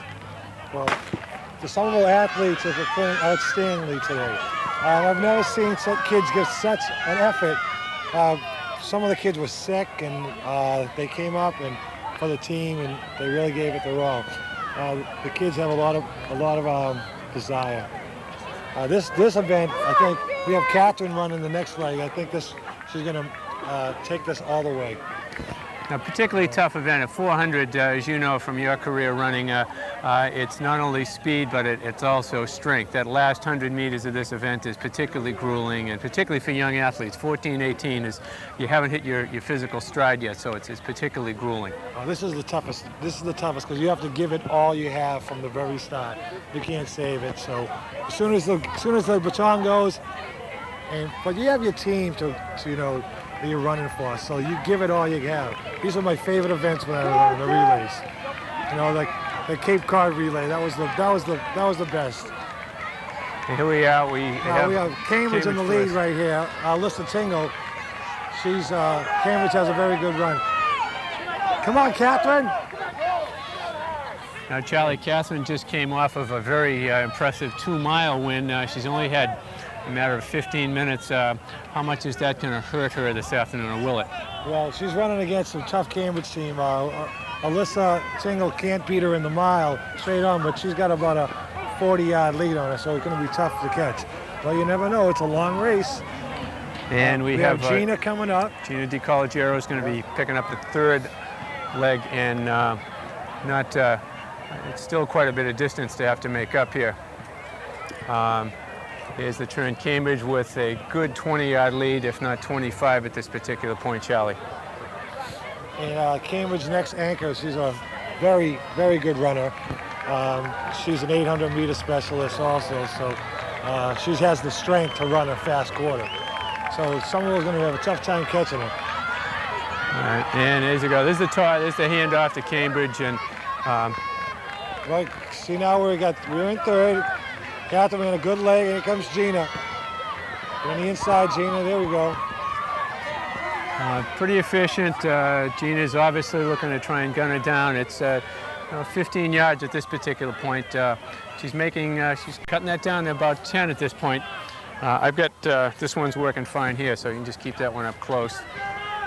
We can ask T. Michael, the 4x400, Michael, a event that not only needs speed but the stamina, particularly for that last 100.